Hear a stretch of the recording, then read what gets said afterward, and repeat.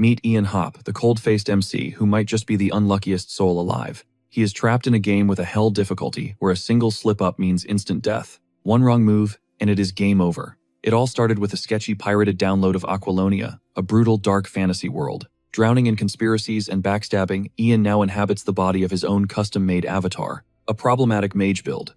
In Aquilonia, min-maxing a single path was the only way to survive the crushing difficulty. But our genius main character hated limits. Need more stamina, he would dump points right into it. Want to swing a sword, he would just buy one. His logic for this chaotic build: as a hardcore solo player, he claimed he had to be a jack of all trades to survive. By spreading stats everywhere, his character literally broke, becoming a walking glitch. Realizing he had bricked his save, he tried to hit delete.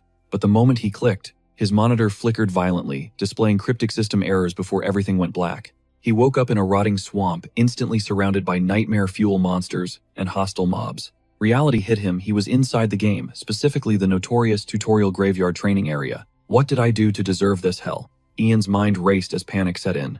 No time for an existential crisis, though. One minor slip meant becoming Monster Chow. After 6 agonizing months in that godforsaken swamp, Ian finally adapted to this cutthroat fantasy realm. It has been a full year since he was isekai'd. Recently, he picked up a quest from a local elder. The objective: exterminate a kobold nest. The reward: free drinks at the old man's tavern. For a battle-hardened survivor like Ian, clearing out low-level kobolds was a walk in the park. Easy money until some scumbags torched the forest to smoke out the kobolds, knowing Ian was still inside.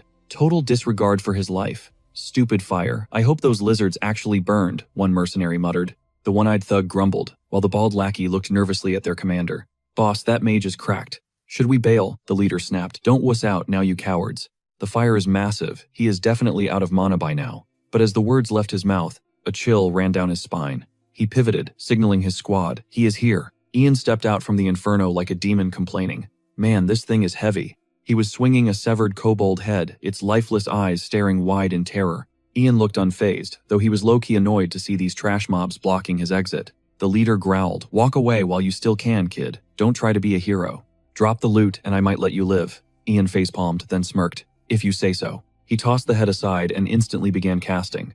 The sheer speed of his magic left them floored. The leader's jaw dropped. No chant how. He barely regained his senses in time. "Fire!" he screamed toward the brush. An ambush archer emerged, leveling his crossbow at Ian. The bolt flew, but Ian's reflexes were top tier. With a flick of mana, he cast a localized barrier. He warped the bolt's path, redirecting it straight into the bald thug's leg. The crew froze in total shock, unable to process the logic-defying move. "Kill him!" the leader roared. "Stop staring and finish him." 2 mercenaries lunged forward, closing the distance instantly. They tried to pincer him, but Ian stayed frosty, executing a perfect backstep. Frost gathered in his hands before he slammed them together. The spell triggered in a heartbeat. It was a cinematic display of power as waves of sub-zero mana erupted from him. An arctic blast consumed everything in sight. The one-eyed thug, caught at point-blank range, became a human popsicle in an instant. The frozen corpse tipped forward and shattered into 1,000 jagged shards. Rest in peace to that bandit. The leader stood paralyzed. This was not in the reports. Ice magic. This completely defied their intel on Ian's abilities. Damn it, he was supposed to be a fire mage. The realization hit him: the forest fire was an explosion. Forget spells. Ian deleted the first target instantly before shifting his icy gaze toward the terrified leader. 2 more in the bushes right, he scoffed, conjuring a swirling ring of blazing fireballs around his form. Without hesitation, Ian split the flames and unleashed a non-stop magical bombardment, turning the entire clearing into an inferno. He didn't bother waiting for an answer. Why talk when you can incinerate everything? The blind firebombing was devastatingly effective. The cowards hiding in the brush, waiting to spring their trap, were now screaming and begging for their lives. Faced with his overwhelming firepower, their pleas were useless. Ian kept the heat coming until the screams finally faded away. Only the leader and a bald thug remained, but their luck had run out. Ian approached the bald man with a smirk. One searing pat on the head sent the man to the afterlife.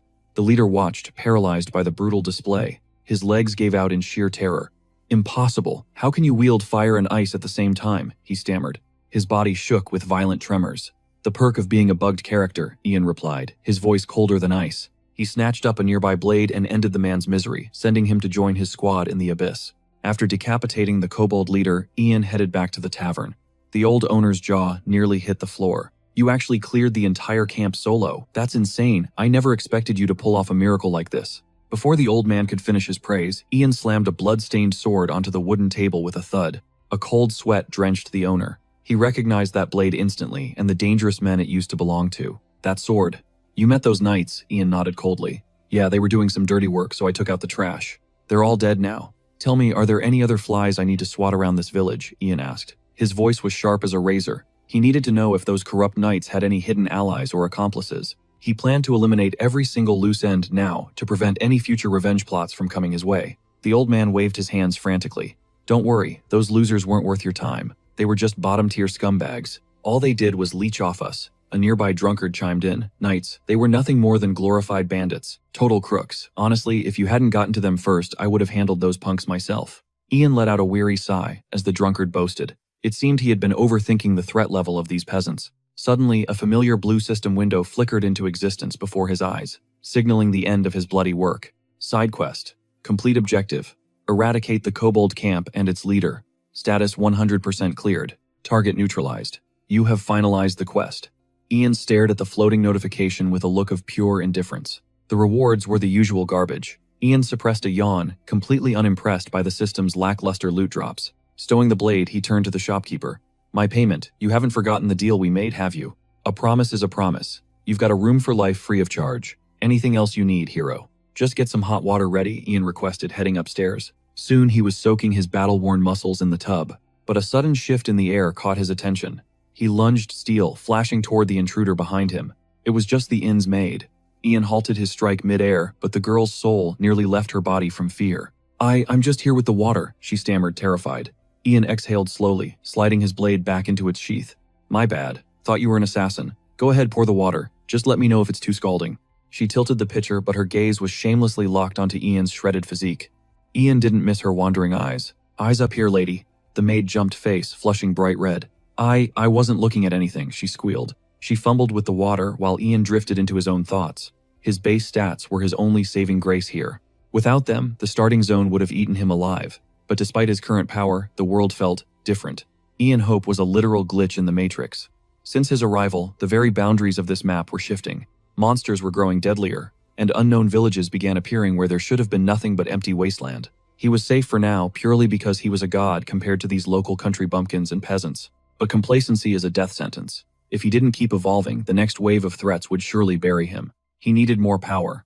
Hopefully the kobold camp had some hidden loot that those idiots had failed to mention earlier. By sunrise, Ian hired some local thugs to scavenge the ruins of the camp for anything that looked valuable. Load it up, Lord Ian said. If it looks expensive, we take it. The scavengers began looting the charred remains. While Ian wondered if his subordinates were actually following his orders, he stood over the mangled carcass of the kobold leader. He had returned for one specific prize, the gem embedded in its chest. With a swift motion, he used his blade to pry the stone loose. The old tavern owner watched, looking completely baffled. Is that gem cursed? Something like that? Ian replied coldly. It is filled with tainted mana, and something far worse. The old man froze, whispering, Are you saying this beast used black magic? Not exactly. Some coward shoved this thing into the monster's body to use it as a battery, Ian explained. What if you get possessed by it? Possessed. If you fall for this bait, you become nothing but a puppet, a new toy for that bastard. Cutting to the collection team, two young men were finishing up. Hey Johnson, have you finished checking everything here yet?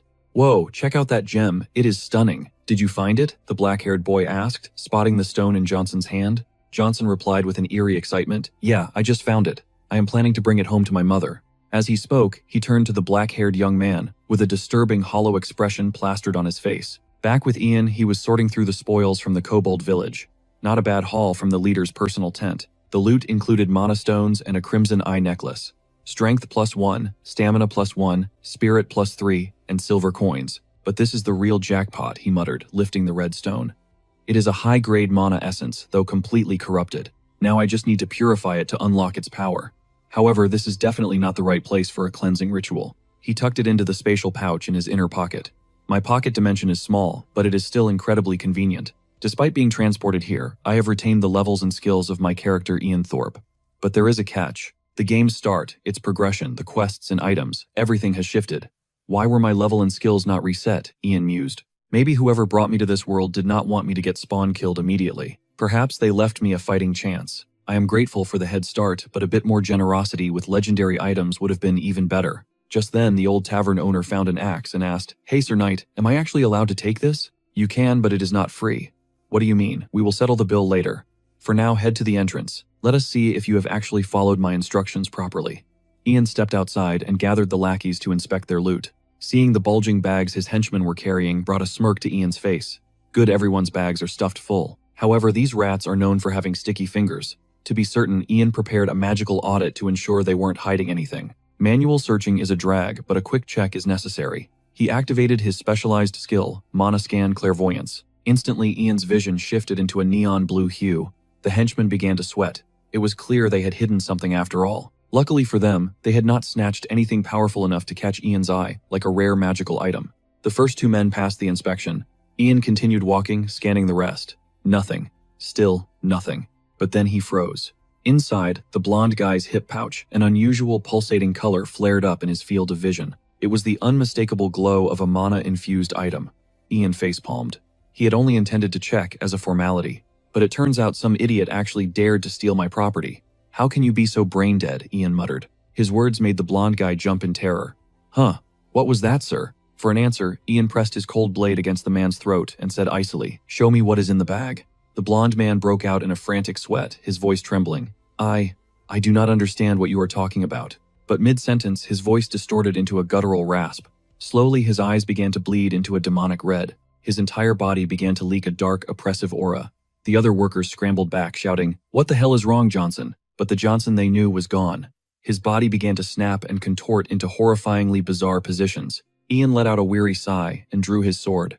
So he has been consumed by the curse, huh? I guess we were never meant to get along anyway.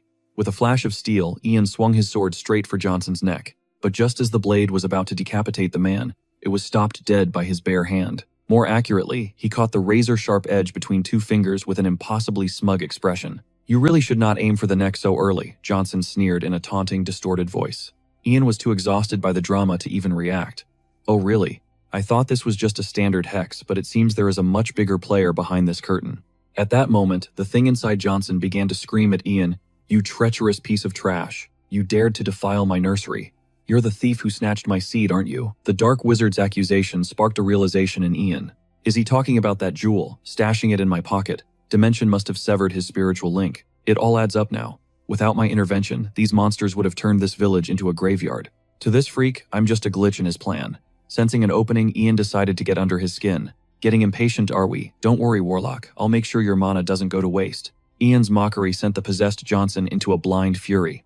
"You cocky brat," the vessel roared. Suddenly, Johnson's pressure skyrocketed. His hand twisted and warped, morphing into a grotesque demonic claw. With a sickening crunch, the demon hand crushed Ian's blade like glass. Ian immediately leaped back, putting space between them. He couldn't help but swear at the monster. "Seriously, I literally just picked that up."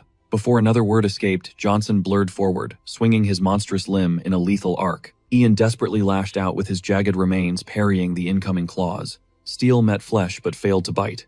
Those cursed hands were harder than iron, definitely not human anymore. Stripped of a weapon, Johnson's bare-handed strikes were blindingly fast and relentless. The flurry of strikes drove Ian back. Seeing his target cornered, the mad dog let out a sadistic grin.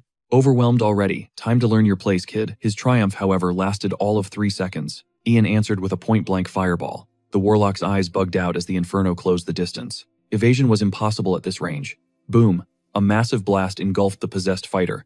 Ian wasn't taking chances. He already had a few more flames primed to finish the job. He was ready to incinerate him. Predictably, the first blast didn't end the warlock. Emerging from the smoke, the sorcerer struggled to his feet, snarling, What kind of monster are you?" Ian wasn't interested in a chat. "You talk way too much," he muttered coldly. He unleashed the entire volley, capping it off with a massive firebomb. The barrage hammered the warlock relentlessly. Johnson was a blackened husk, yet the stubborn bastard clung to life just to spit out more venom. "You're with Crimson. Fine. We'll meet again, and trust me, I'll be the one to rip your soul apart." Before he could finish, Ian's blade flashed, sending the villain's head spinning. "You gotta give it to him," the guy was tanky. Even as his severed head tumbled across the dirt, a final raspy whisper escaped his lips. "Necromancer." Ian looked down at the remains, offering one final tip. "Don't bother introducing yourself next time you lose." Without hesitation, he plunged his hand into Johnson's cooling chest. He yanked out a familiar gem, though this one was significantly smaller than the previous fragment. "As I suspected, there are more." Standing up, he turned his icy gaze toward the remaining mercenaries. "All right, which one of you is next?" Days flew by, and Ian was back on the grind. He finished his latest task in record time. The old shopkeeper chuckled. "Back already? You're a speedrunner, aren't you? Hard to believe you're actually a mage." Ian just grunted. Watch your tone, old man. Relax, you don't have that creepy wizard vibe. Most mages have a pretty trash reputation around here. I get why you kept it low-key. Anyway, quiet, want me to charbroil that beard for you, Ian snapped. A small flame danced in Ian's palm. The old man scrambled back, waving his hands. Okay, chill. Just looking out for you. That black magician isn't the type to forgive and forget. Ian paused. Save your concern for yourself, he replied.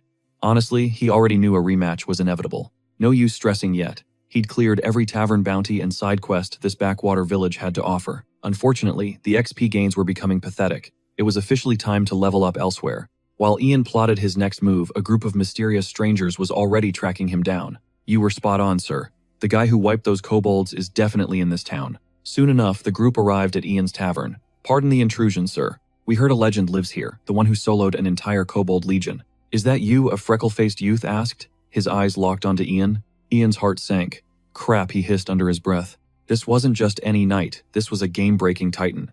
Meet Mavaloran, the legendary blood-soaked avenger from Azaline. A future Chapter 1, mid-boss, driven insane by vengeance. A beast who once solo-sieged the palace to assassinate King Agaland. Every swing is a death blow. A literal impossible encounter. Now this walking nightmare was right in front of him. Ian wordlessly pointed toward the mounted kobold leader's severed head. They stepped inside, eyeing the trophy with pure disbelief. Even border elites struggle here, yet you cleared them easily. Adoration filled Philip's voice as he straightened his posture. Forgive our urgency, we had to verify your identity. Behold, the Apostle of Tyran and Guardian of the South. The treasured sword Mavaloran. Ian squinted, analyzing his guest. She looked human. The madness hadn't consumed her soul yet. In her future state, Ian wouldn't survive 5 seconds. I am Philip, her loyal subordinate. Greetings, Master Mercenary. Name's Ian Hop, he sighed, looking completely exhausted. Just a humble merc. Why hunt me down specifically? Philip leaned in. Did anything feel unnatural in that village? You mean like dark magic or heretical vibes? Ian countered. He was stunned they knew about the hidden black mage. Fate was twisted, they were hunting the same dark shadow. Time to play the role of a greedy, cynical sellsword. Righteousness doesn't pay bills. Only cold, hard gold does. He turned his gaze directly toward the silent, armored knight. Philip bristled at the disrespect, ready to snap at him. Mavaloran signaled him to stop. He speaks the truth. The helmet came off, revealing a stunning, flame-haired warrior. I'm a woman of few words. Philip handles the talking. Ian froze. The terrifying Avenger was actually a gorgeous woman. In the game, her voice was always muffled or whispering. He'd only ever known her as a literal engine of destruction. To business, then. Your intel has a high price tag. Philip handed her a heavy purse. She produced 1 coin. She slid a gleaming gold piece across the wooden table. 1 gold coin, the kingdom's highest currency. This was serious. Ian took the bait. Someone's been breeding those monsters intentionally. The leader was fueled by pure, unadulterated, corrupted mana. He slammed a pulsing red gem onto the table's surface. The dark mage is furious. I wrecked his entire plan. He's coming for my head. Mavaloran's expression turned pale. A seed of darkness was taking root in their kingdom. I need that gem. Here, 10 gold pieces for the trophy. She tossed the entire heavy purse into Ian's startled hands. Ian snatched the gold, weighing the heavy pouch. A greedy grin spread as he confirmed the loot. Pleasure doing business, he chirped. But Meve wasn't done leaning in with a secondary proposal. She requested a royal escort to the palace. Suddenly, a blue system window flickered into existence. New side quest: protect Meve Lauren and slay the dark sorcerer. Reward 1 precious skill point. This unexpected notification sent adrenaline through Ian. These two were definitely his lucky charms. A whole skill point was on the line, a prize he absolutely refused to let slip away. Wearing a dark smirk, Ian declared, I'm a sellsword. If you want my blade, it'll cost extra. Philip, witnessing this blatant extortion, cried out in disbelief at Ian's insatiable thirst for gold. Give it a rest, Ian grumbled, silencing the knight's complaints with a sharp, annoyed look. Hire me and I'll track him down. Meve's eyes widened, questioning if he knew the villain's lair. Not yet, but I will. That's my specialty, Ian bluffed with effortless, cool confidence. In truth, he already had a gut feeling about the dark mage's bolt hole. He began mapping his theory. That freak wants me dead. Being bait carries a premium price, he added, making Meve hesitate. Fine. Consider yourself hired, Ian Hope. I give you my word on this contract. With the deal sealed, Ian took point, leading them toward that wretched shadow user's location. However, the path Ian chose began to take a sinister and deeply unsettling turn. Unease crept into Mave's voice. Ian, are you certain he's hiding in a place this grim? Ian glanced back. The graveyard forest is the most logical hideout, a place better known as the Forest of No Return, a realm woven by ancient spirits atop a massive tomb. What began as a military cemetery eventually became a final resting place for the common folk. Centuries of cursed mist swallowed the trees, ensuring those who entered never saw daylight again. Meave frowned, skeptical. But this forest sits in the kingdom's heart. Would he be that bold? He's planting seeds of chaos, just waiting for the harvest, Ian explained to the group. Most villains hide in the shadows to avoid detection, and this particular woodland, sitting right under the kingdom's nose, makes it the perfect, unsuspecting stage for a dark plot. Scanning the sky, Ian gestured for them to halt. We'll talk as we move, but first rest. Meave nodded, as shadows lengthened. Agreed, night is falling. Philip jumped in with a suggestion. Let's push further in. There's a creek nearby where travelers usually set up camp. Ian immediately warned him. Wolves hunt these woods, and I value my beauty sleep too much. Philip's face paled instantly. Right, no wolves, I'll go fetch some firewood then. The knight scrambled into the brush, leaving Ian to let out a long, weary sigh. That rookie is going to alert every monster nearby, Ian muttered, unaware of the glowing eyes. A massive pack watched from the darkness, led by a terrifying elite alpha waiting to strike. While camping, Ian studied Meave, realizing her eyes lacked the spark of a murderous avenger. He saw no trace of the cold-blooded traitor who would eventually drown the throne in gore. Perhaps every villain has a backstory. Shaking the thought, he pulled a meal from his inventory. Watching the spatial bag open, Philip's eyes sparkled with pure, unadulterated joy. This wasn't just food. It was a parting gift from the inn's kind-hearted maid. Sir Ian, please take this, she had insisted, packing savory meats and aged cheese. Her warm wishes for a safe trip now had Philip turning green with envy. What you want? Some plain rice instead, Ian teased. Philip gasped. You're actually sharing. Only if you stop whining, Ian countered, reaching for the lid of the box. Suddenly, Ian froze. His expression hardened into a mask of pure steel. Shut it now. Meave sensed the shift too, reaching for her helmet. It seems we have company. Suddenly, a chorus of blood-curdling howls erupted, sending a chill down Philip's spine. Philip didn't have to guess for long. Within the chilling shadows of the tree line, a terrifying sight awaited him. Dozens of glowing eyes ignited the darkness. Wolves, Philip stammered, his courage instantly evaporating into thin air. Terror gripped his heart. Meanwhile, Ian let out an annoyed groan. Great, there goes our peaceful dinner break. Suddenly, the predators lunged from the brush, forming a deadly perimeter. Meave's eyes narrowed as she scanned them. They look like standard beasts, she muttered. Could a dark mage be pulling their strings from the shadows? Kill first, talk later, Ian countered coldly. Meave nodded. Philip, fall back. Protect the horses at all costs. Steel sang as she drew her blade, but seeing Ian preparing for a frontline clash, she froze. Ian, stay back with Philip, she ordered. But Ian wasn't about to play the role of babysitter. You guard them, I'm busy, Meave gasped, stunned by his audacity to bark orders at her. With that heavy armor, you'll never catch them, Ian pointed out.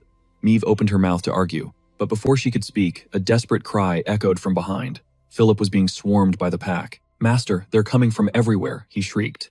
Ian shot Meave a knowing look, his expression dead serious. Trust me, only I can handle this speed. You've got nothing to lose here, Ian insisted firmly. Philip's screams intensified.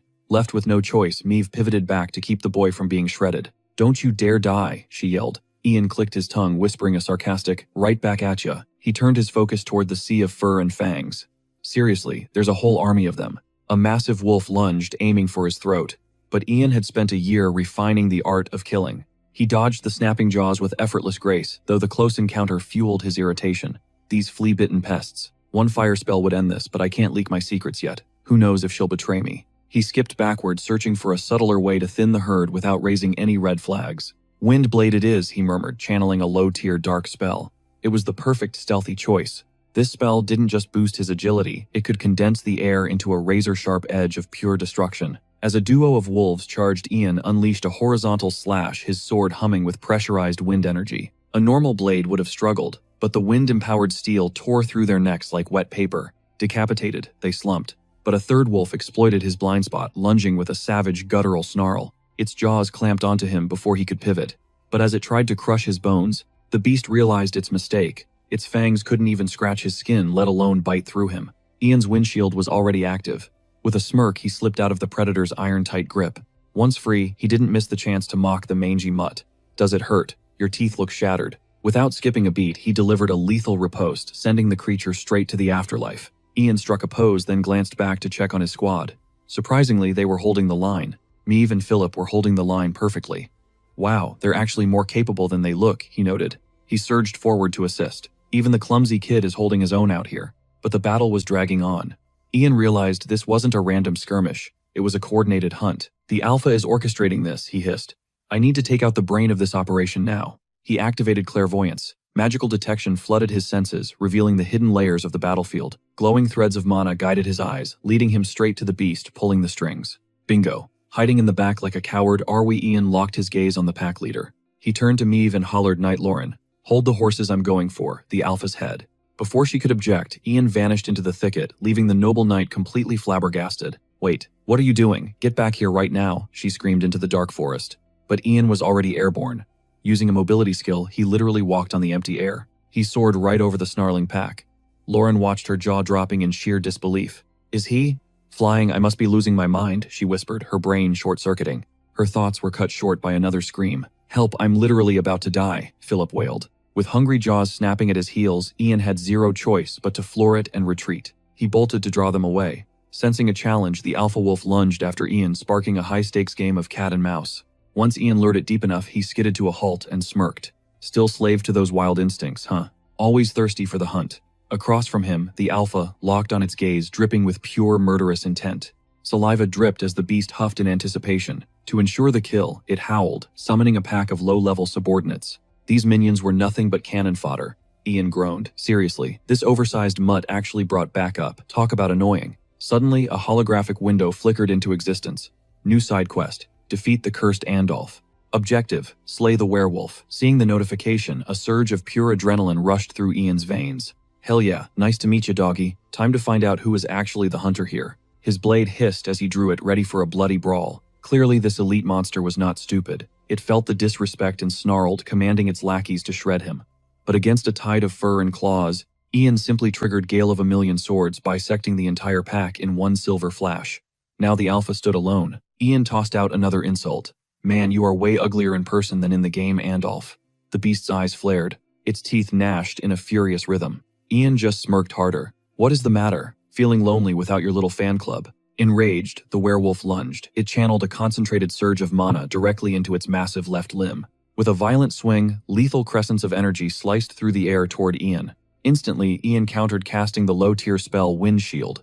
But the gusty barrier looked dangerously thin. The mana blades tore right through the wind. "Fine," then Ian muttered, already prepping his next move. "Try this instead." He chanted a different verse, invoking the Azuna spell Ice Shield. The moment the incantation peaked, the air froze solid. A crystalline rampart manifested, creating an impenetrable wall. Under the weight of this frozen defense, the alpha's assault shattered against the ice. Safe behind his shield, Ian's smirk returned with a deadly edge. Suddenly, the shield erupted in light, launching a relentless barrage of jagged ice shards. These were not just snowballs, they were lethal. Each projectile ripped through fur and flesh, spilling fresh crimson. The beast cowered desperately, shielding its vitals with its claws. It braced for the storm to subside, but when the dust cleared, the alpha was a bloody, mangled mess. Ian's laughter echoed through the woods. "Not so tough now, huh?" Round 2. The wolf's eyes burned with primal rage. It slammed a paw down, shattering the earth as it launched itself like a furry cannonball at Ian. Chanting mana into its palms, it swiped with everything it had. But the beast only tore through empty air. Ian had already vanished, reappearing behind the monster like a ghost. In one fluid motion, he let his steel sing. A brutal gash opened along the wolf's arm. It let out a bone-chilling shriek of pain while spinning back around. Ian clicked his tongue. He could not believe his wind god sword failed to lop the limb off in one go. Fighting through the agony, the beast prepared a counter. Ian felt his blade catch, but he was not about to panic. He flooded the hilt with raging wind energy. Gritting his teeth, he poured every ounce of strength into the finishing stroke. The blade tore through, severing the right arm completely. A deafening, soul-shattering howl erupted from the maimed alpha. Before the echo faded, Ian was already casting again, invoking the vacuum blast spell from his gray magic arsenal. He aimed a precise strike at the beast's remaining arm. Upon contact, a violent blast detonated, and just like that, the wolf was now completely armless. Yet this beast was a true glutton for punishment. Even without limbs, it refused to kick the bucket. Gathering its final scraps of mana, it prepared one last, desperate suicide charge. It barreled toward him like a freight train. Ian barely had time to throw up a frantic ice shield. The impact sent him skidding back. Seizing the opening, the wolf used its legs to vault over him. It turned tail to flee, but Ian was not letting his prize slip away. While the beast was still airborne, Ian unleashed his shield's secondary fire, launching a vertical storm of frozen shards. When the beast had limbs, it could not defend itself. Now armless and desperate, it was nothing more than a sitting duck. The ice shredded its torso, sending it crashing into the dirt. It struggled to rise one last time, but a second wave of frost hammered home, flash freezing the monster solid. Ian had invoked the ultimate Azun spell. Ice Prison. Staring at his frozen trophy, Ian finally exhaled. Phew. almost let that one get away. For real, why are you still breathing, you flea-bitten stray? Do you seriously enjoy wasting my time this much? Mana swirled in his palm before erupting into a blinding beam of pure destruction, aimed straight at the beast's heart. The impact sent the wolf reeling, crashing through the frozen barrier and shattering it into a million icy shards. Freedom. With the ice prison gone, the creature felt a surge of hope. This was its final chance to bolt. It turned to flee, but Ian's cold voice cut through the air. Going somewhere. We're not done yet. Planning to call for backup. Not on my watch. Ian descended like a predator from above, closing the gap instantly. Mid-air, his hand glowed with an ominous unknown arcana, crackling with lethal intent and terrifying power. He unleashed a devastating mana cannon directly onto the beast. The raw power slammed into the earth, burying the wolf. The pack leader lay there, jaw agape and gasping for air. To finish the job, Ian conjured a lethal vacuum blast. He shoved the swirling vortex directly into its gut. A point-blank strike like that, absolute unadulterated agony. The force was so immense that a massive shockwave erupted through the wolf's back. The creature began convulsing violently. It hacked up a spray of crimson before finally hitting the dirt. Ian stood over it, lungs burning from the strain. Damn, stay down this time. Seriously. He exhaled sharply, wiping his brow. Finally, the nightmare is over. Ian surveyed the carnage of the fallen pack, letting out a heavy sigh. But then the alpha's body suddenly twitched. Ian's heart skipped. No way. Still kicking great, and I'm totally drained of mana. This is bad. Just as he considered a tactical retreat, the beast's monstrous features began to warp and shift in the moonlight. The fur receded, revealing a human face beneath the carnage. The man's eyes slowly fluttered open, returning to reality. He gazed up at Ian, his expression filled with genuine relief. Thank you, Ian. Ian's gears immediately started turning. Well, this is a plot twist. If you're really that thankful, skip the fluff. Give me some intel or items. Gratitude doesn't pay the bills. The dying man struggled to breathe, forcing out a few cryptic, broken syllables. The deer, he rasped. Ian stared at him, completely lost. The deer. What kind of clue is that? Which deer? Be specific, Ian pressed, but it was too late. The man went limp, taking the secret to his grave. Are you kidding me? Ian groaned. Was that your final meal? Were you just bragging about eating venison, or what? Meanwhile, Lauren and Philip had finished clearing out the stragglers and were scanning the horizon for Ian's return. They stood amidst the wolf carcasses, tense and waiting. Suddenly, the sound of heavy footsteps crunched against the snow. Lauren spun around, sword ready. Ian, in the flesh, he replied. Glad to see you guys haven't kicked the bucket. He stepped into the light, dangling the severed head of the werewolf. Philip turned pale and hit the deck. Lord have mercy, what is that monstrosity? Ian hoisted the trophy higher, his gaze cold and steady. Meet our alpha, a werewolf. He's the one who's been orchestrating this whole ambush from the start. Lauren was stunned. Did he seriously solo a werewolf? Maybe Ian really is the key to tracking down that warlock. But the realization of the danger hit her. Taking on a beast like that alone was pure, reckless insanity. She snapped at him. Why play the hero? You could have died. Did our agreement mean nothing to you? Ian shrugged, unfazed.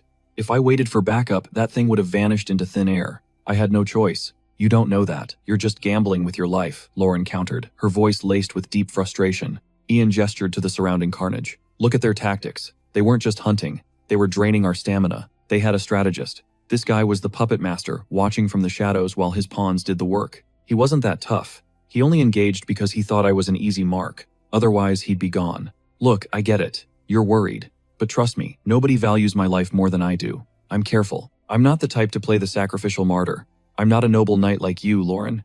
I'm just an ordinary mercenary trying to stay alive. His blunt honesty left her completely speechless. She exhaled, her shoulders dropping. Fine. But from now on, no more solo missions. We move as a team. Ian gave a curt nod. Deal. Now let's clear out. This place reeks. Philip, go fetch the horses. Philip scrambled to follow orders, eager to leave the scene of the slaughter and those terrifying wolf corpses behind. As he watched Philip disappear, Ian's mind drifted back to the spoils of war and his growing power. The immediate threat was neutralized, and more importantly, this kill had provided a much-needed massive experience boost. The moment the werewolf fell, a system alert flashed, confirming Ian's quest was finally complete. A bonus point in vitality, not bad. I was stacking intelligence and spirit for this glass cannon build, but a free attribute point is a freebie. Suddenly, a strange line of text on the interface grabbed his attention. Cursed Vitality, Condensed Curse Essence. What on earth is this? Is this some kind of hidden item? While he was processing the mystery, a dark, pulsing crystal tumbled right out of the beast's maw. Ian snatched the gem from the dirt, inspecting it closely. So this monster dropped an essence too. This definitely wasn't in the original game. The system description was cryptic. Condensed Curse Essence, usable item. Warning, the user will be tempted by madness. That tooltip is pure nightmare fuel. The side effects are absolutely unhinged. Still, I'm not tossing it. You never know when a cursed power-up might come in clutch later. With a shrug, he stashed it in his dimensional pouch.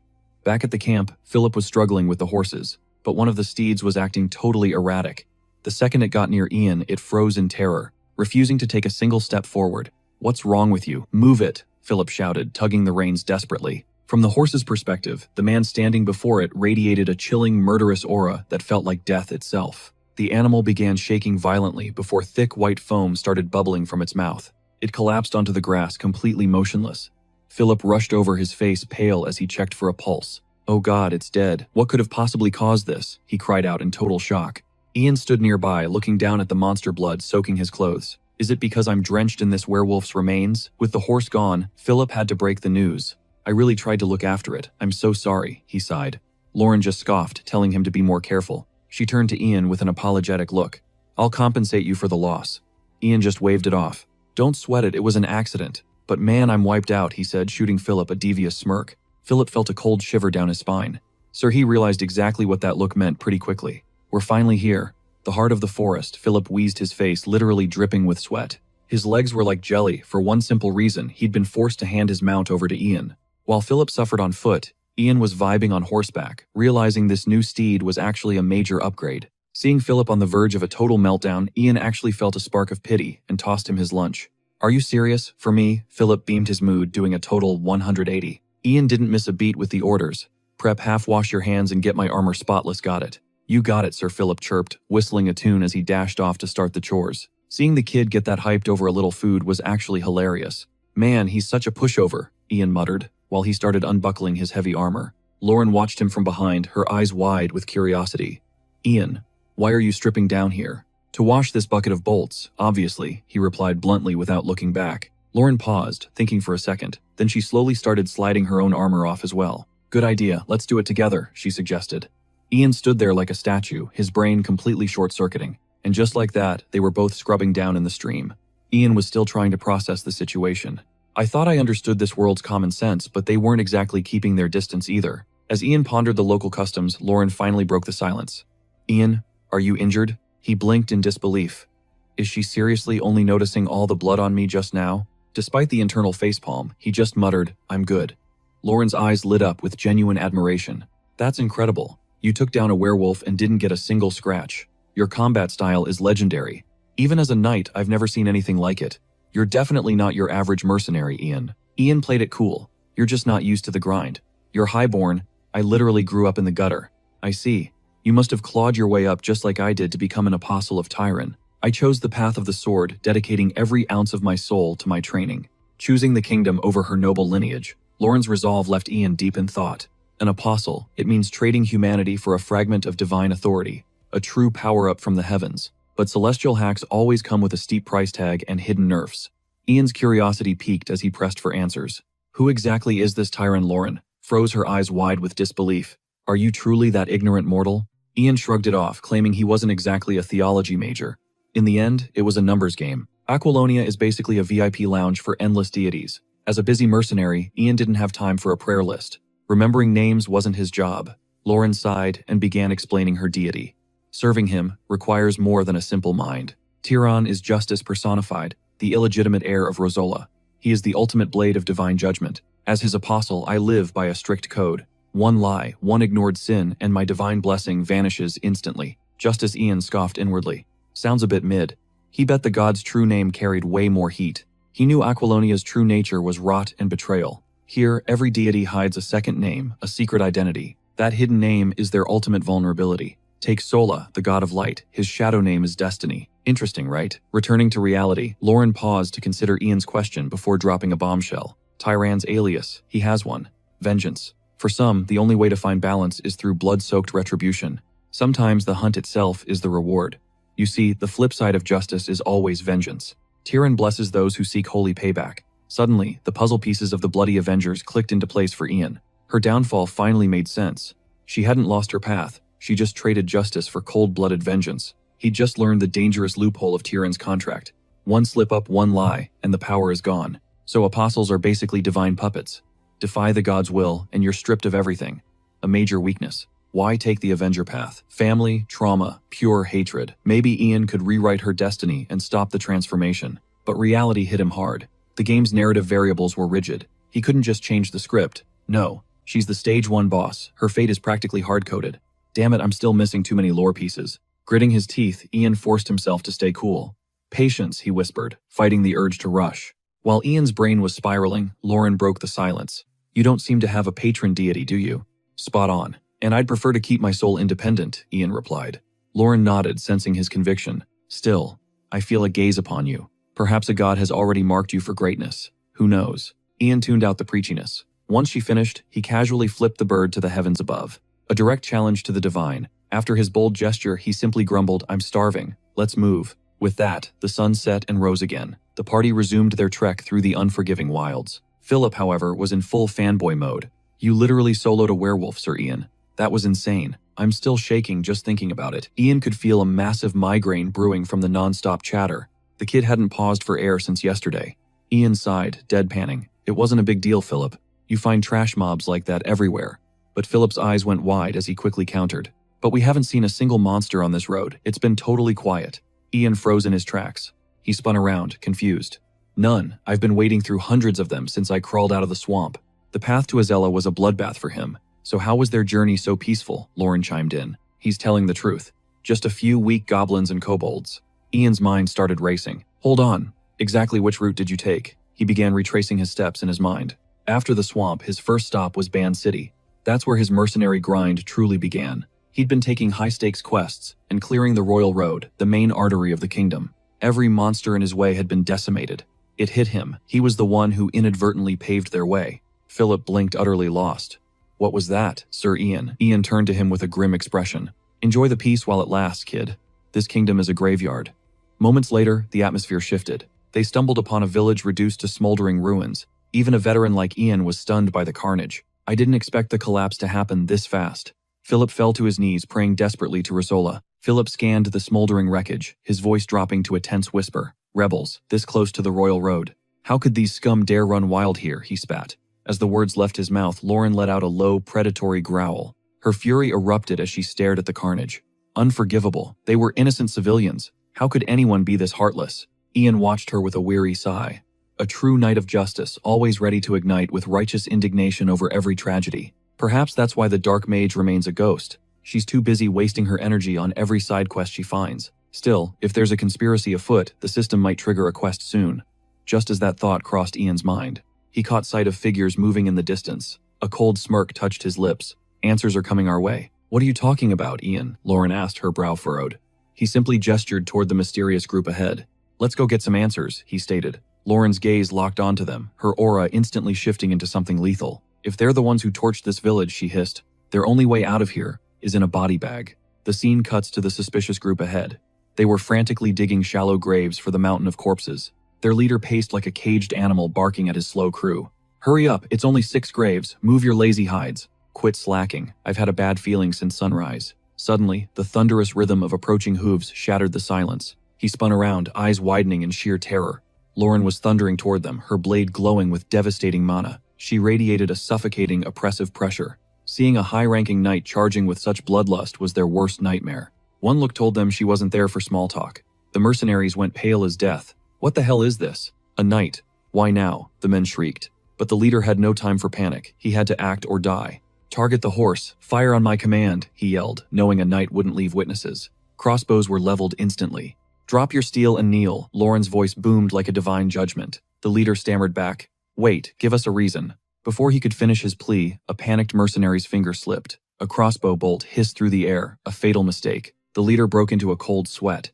That useless idiot had just signed all of their death warrants with one clumsy shot. You moron, I didn't say fire, he screamed, watching his entire life flash before his eyes.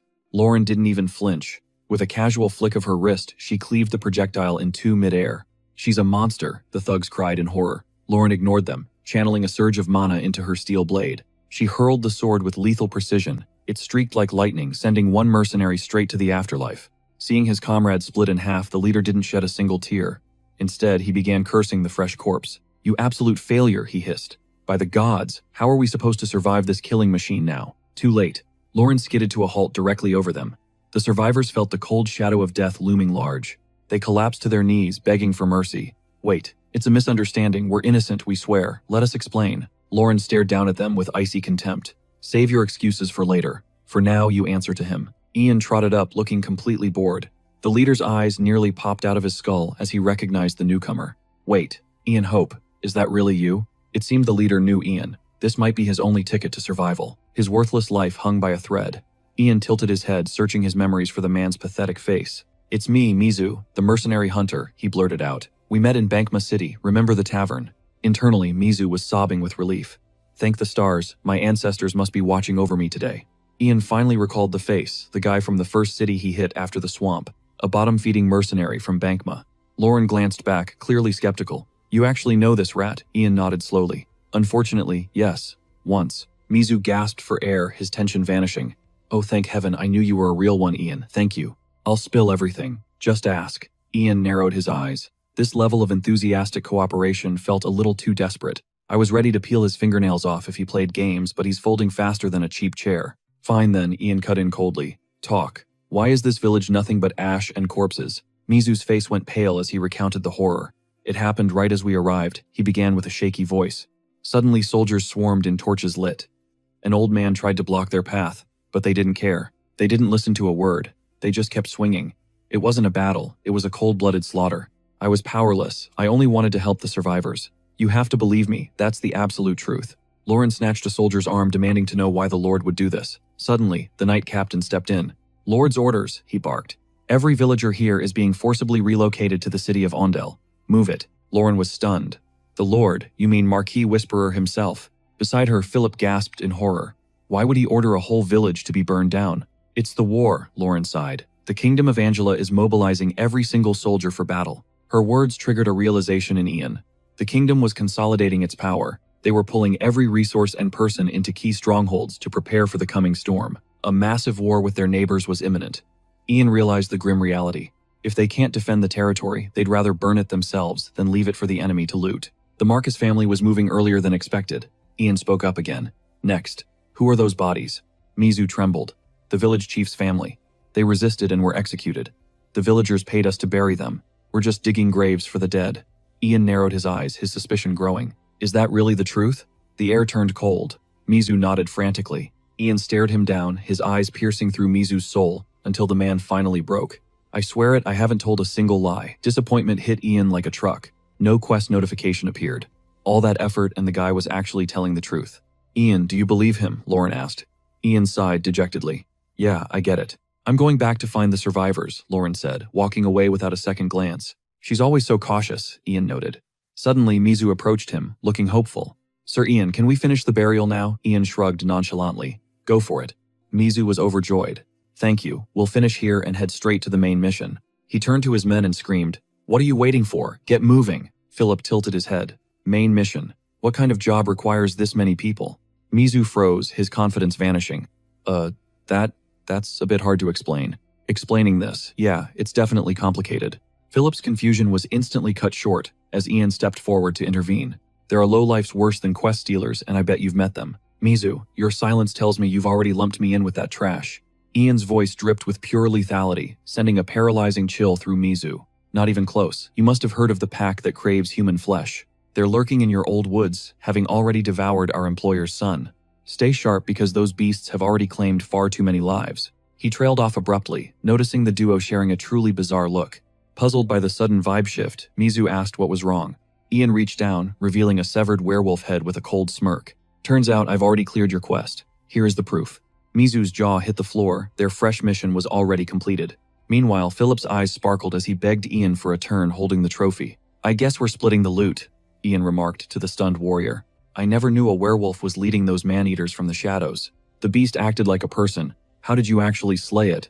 Ian just grinned, asking which village issued the bounty as night fell. Lauren's return from patrol was met with a proposal she never expected. Bringing these guys along, Ian insisted they'd be useful on the road. Plus, we need to deliver the news and restock our vital supplies. We need to gear up before braving the deadly forest once more. Fine, she conceded, though Ian was the only one she truly tolerated. Faithless mercenaries can't be trusted, she snapped, leaving Mizu completely flustered. You can count on me, Mizu pledged as the group resumed digging. Simultaneously, Ian activated his clairvoyance, scanning for any hidden energy signatures. Monsters thrive in the dark, and staying alert was their only hope. His eyes flashed with a mystical blue light as he turned toward Lauren. A vibrant purple aura shrouded her, catching Ian's sharp, unwavering gaze. "You still haven't picked up on the dark magic lurking nearby, have you?" Lauren blinked in confusion, unable to grasp what he was sensing. Suddenly, a jolt of realization hit her as she reached for her pouch. She pulled out a crystal pulsing with the same violet energy Ian saw. Despite her focus, the stone remained dormant, showing no outward change. "The signal is too faint for your senses, but the energy is constant. It's a demonic summoning." Suddenly, a powerful presence emerged from the dark. They spun around as Ian whispered about the devil finally appearing. Lauren stiffened as a dark-mounted figure emerged from the gloom. The rider was headless, sending Philip into a panicked, screaming frenzy. That knight is headless. Ian's mind immediately began racing with theories. One of the Dark Mage's elite lackeys has finally shown his face. The legendary bringer of chaos, Adulahan, stands before us. First werewolves, now this Philip felt the kingdom was truly doomed. Even Ian was getting tired of these constant high-level monster encounters. That Dark Mage is protective of his schemes, sending his best henchmen. "This saves me a trip." Philip soared Ian, commanded, arming himself. Sensing Ian's fighting spirit, Lauren stepped forward to join the fray. "I'll spearhead the charge, but let's analyze its rhythm first. It's baiting us. We need a calculated plan before we fall into its deadly trap." Ian analyzed the beast, knowing its movements were a direct mirror of their own. Rushing in triggers its impenetrable defense, but staying back unleashes its brutal offense. Its attacks are basic, so the pro strat is letting the monster strike first. We bait an opening to counter, though even its simplest swings are lethal. Suddenly Mizu, that total idiot, began hollering that the fight was finally over. He cheered to leave but froze as the trio glared with "Are you serious?" energy. "Is there a problem?" he stammered, but his big mouth had already doomed them. The shout provoked the Dullahan, erupting a red aura that caused agonizing headaches. Ian growled in frustration. "It was peaceful until you ruined everything, you genius. Now it's gone full berserk." Across the field, the Dullahan began its move. Crimson energy swirled into its palm. Lauren turned to Ian, her caution peaking. "Is that a high-tier spell?" Ian grimaced as he decoded the ancient chant. "It's ancient tongue. It swears to slaughter any human trespassing on its land." "Despite the pain," Philip gasped, "you actually understand what that monster is saying." Ian remained calm. His secret weapon was a very specific, rare passive skill. It was Ancient Language Arcane Technique Level 2, a skill he'd accidentally maxed out. At Level 2, it translates multiple lost dialects, a total cheat for ancient events. Honestly, Ian didn't care about its tragic backstory or swamp ghost lore. To him, it was just another boss mob that needed to be deleted. The spell reached its peak. Ian spun around, shouting, "Cover your ears right now. This isn't just a language. It's a curse that melts non-magic resistant brains." "Damn it," Ian hissed as the two slower henchmen failed to protect themselves. They collapsed instantly. Mizu fumed, "You idiots, did you not hear the warning?" But his rant was cut short by eerie scratching sounds from the mud. Skeletal hands burst forth as a tide of rotting corpses crawled toward them. Philip and Mizu screamed in terror as the undead horde swarmed their position. The two unconscious henchmen became an instant buffet for the starving ghouls. They were devoured in seconds. Desperate Mizu swung his shovel like a madman. "Die, you rotting freaks." Philip turned to Lauren, his face pale with fear. "Orders, ma'am." Lauren drew her steel. "I'll hold the front line alone." "Philip, you're on Ian's support duty. Do not let him down." She thundered forward on horseback, leaving Philip to pray Ian was truly capable. Ian chuckled. "Worry about the zombies, kid. I'm just here for the show." He wanted a front row seat to see Lauren's true combat potential. Lauren charged like a demon. The Dullahan commanded its spectral steed to stomp. Massive magical spikes erupted from the earth, racing toward Lauren's heart. She flooded her blade with mana, effortlessly cleaving through the obsidian shards. Closing the distance, she unleashed a devastating thrust right through the monster's core. Ian watched the invincible boss get folded and gave a dry, sheepish smile. Maybe I should have picked the knight class. She's absolutely carrying the team. But he knew victory required more. She had to master its movement attributes. "Time to warm up," Ian muttered, preparing to jump in if things got messy. Eerie lights flare whenever our blades collide. He's definitely hiding something. Just as she realized this, the shattered remains of the Dullahan began to pulse and merge, reconstructing his body as if he were never touched. Cold sweat beaded on Lauren's brow. Impossible. His lethal wounds had completely vanished. Suddenly across the battlefield, the knight began muttering a dark incantation. In an instant, obsidian magical spikes lunged toward Lauren like jagged shadows. Lauren clenched her jaw, her blade dancing in a desperate arc to intercept the shards. But then, the unthinkable happened. The magical remnants didn't fade. They fused into a lethal bone whip that lunged at her throat. This jagged surprise attack forced Lauren into a frantic block, and the weapon's unpredictable reach was a nightmare. This whip, it's forged from bone. It's too flexible and erratic to parry from a distance. With a cruel flick, the Dullahan lashed out relentlessly, bombarding her from every conceivable angle. Lauren's defense finally faltered. The whip snaked around her blind spot, coiling like a hungry viper around her left arm. She let out a strangled cry as the bind tightened. This vile energy is eating through my holy protection. If I don't break free, I'll lose my arm for sure. Just as despair began to set, in a blinding flash of steel cleaved through the air, shattering the bone bind into dust instantly. Standing there with a confident smirk was Ian. He coolly remarked, "My bad, those zombies were a bit of a nuisance. But I've read this monster's pattern now. Let's end this. Round 2. Don't hold back, give it everything you've got and blow this thing to hell." On cue, the Dullahan swung its whip with renewed fury. Ian and Lauren reacted instantly, spurring their mounts into a synchronized weave to evade the strike. Strangely, the monster's focus shifted entirely toward Ian. This opening was exactly what Lauren needed. "I don't fully get your plan, Ian, but I'm trusting you on this one. I'm going to bury this headless freak with the tip of my blade of vengeance." Chanting her power, she became a beacon of radiant light. Meanwhile, Ian was barely hanging on, dodging the monster's savage lashes by a hair's breadth. He was pushed to the absolute limit. Just as the creature closed in for the kill, Ian didn't panic. A wild grin played on his lips. "You think you've caught me? Think again, it's time for the counter." At that moment, the thunder of hooves erupted from behind the monster. The Dullahan stiffened in shock, spinning around to face the new threat, but it was already too late. Lauren had already unleashed a devastating thrust, skewering its torso once more. But despite the direct hit, a sense of dread washed over her. That damn light again. It's already starting to heal. "Is this whole thing pointless?" she screamed in frustration. "Ian, the bastard is just regenerating again." "I already know," Ian cut her off, his voice calm and steady. He unleashed a massive slash, but strangely, his blade met only empty air. Lauren stood frozen in confusion. What is he doing? Why is he missing? Then she noticed something chilling. The other pieces were vanishing. The remaining shreds of the cloak swirled together, forming a jagged obsidian spear that impaled the leg of Ian's horse. As the animal shrieked in agony, Ian whispered a soft farewell. "You did great, buddy. Rest now." With a powerful leap, he abandoned the saddle and charged straight for the core armor fragments. Without a second's hesitation, he brought his blade down, pulverizing those 2 armor pieces. Lauren watched breathless. He actually did it. He shattered the defense. With the last fragments crushed, the creature's regeneration cycle finally snapped. The swirling black miasma evaporated, leaving behind nothing but a weathered ashen skull. Lauren gasped. "A skull? Is that the monster's true heart?" Sensing the vulnerability, Ian's expression transformed into pure, unadulterated killing intent. He raised his sword high for a final crushing blow. As steel met bone, the skull's eye sockets erupted in an intense violet glare. Suddenly, Lauren felt a numbing sensation wash over her entire body. "I can't move. It's a paralysis curse. It bypassed my holy power. Damn it, did Ian get caught in it too?" She looked toward him. Ian was also locked in a desperate struggle. Staring at the glowing red-eyed skull, he cursed his own immobility. "This freak is trying to return to its original form. This is bad. I have to move before it recovers." Summoning every ounce of will, Ian forced his hand to twitch. He launched a lethal strike right at the cranium. The skull was shook. It shrieked in a twisted, demonic tongue. Ian just smirked, his eyes cold. "Like that werewolf Andolph, you've probably got some desperate survival trick ready. I knew a bottom feeder like you would have a last-ditch move. Die already." Ian's grin turned predatory as he stared it down.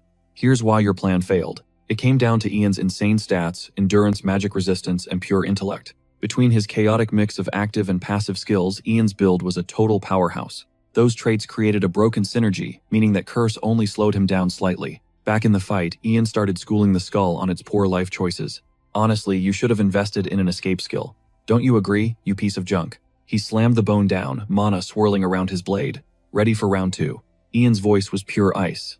Skull number 3 started sweating, realizing it was cooked. It tried to bolt, but how could a legless freak outrun a monster like Ian? In a flash, Ian closed the gap, his blade sending the creature crashing back down. A relentless barrage followed, turning the earth into a crater.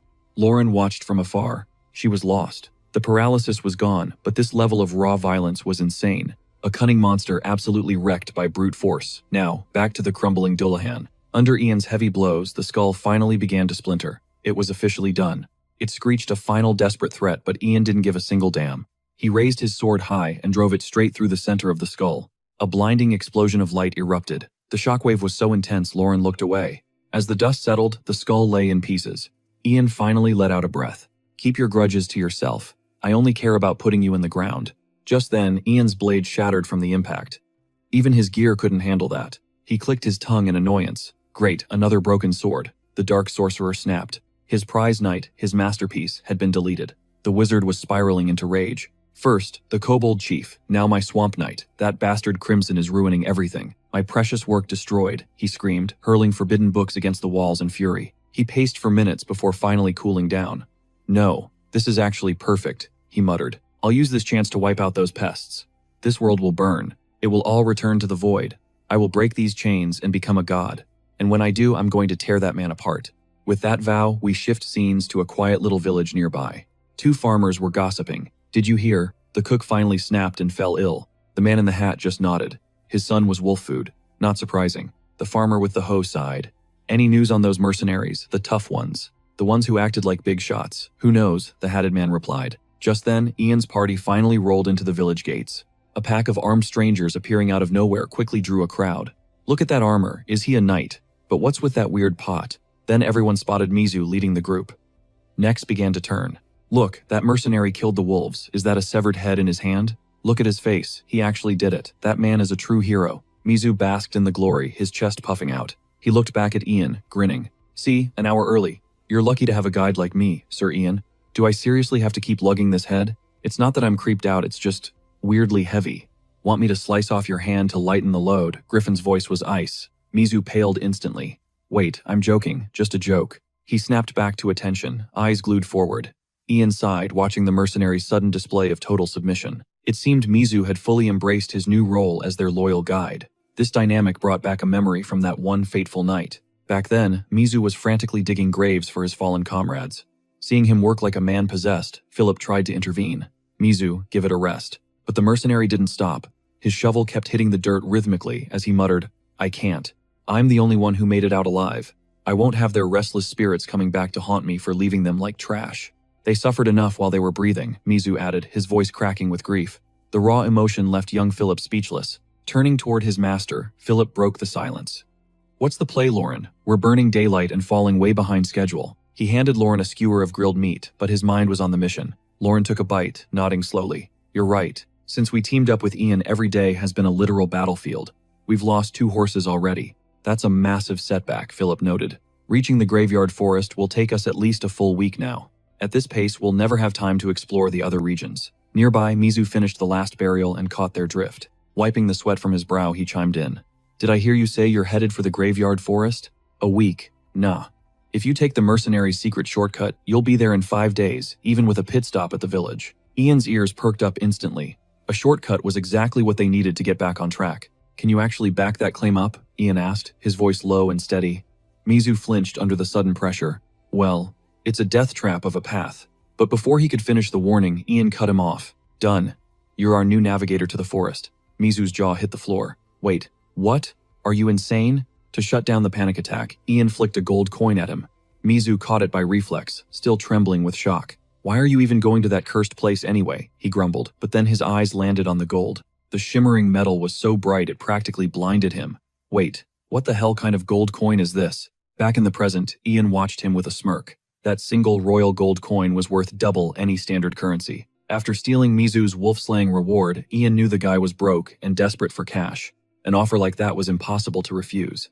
Ian originally only meant to escort Lauren, but a meat shield guide would be useful. Having another blade around for the upcoming fight against the Dark Mage was just smart business. Lost in thought, Ian didn't realize they'd arrived at a local inn. Mizu grinned, pointing at the sign.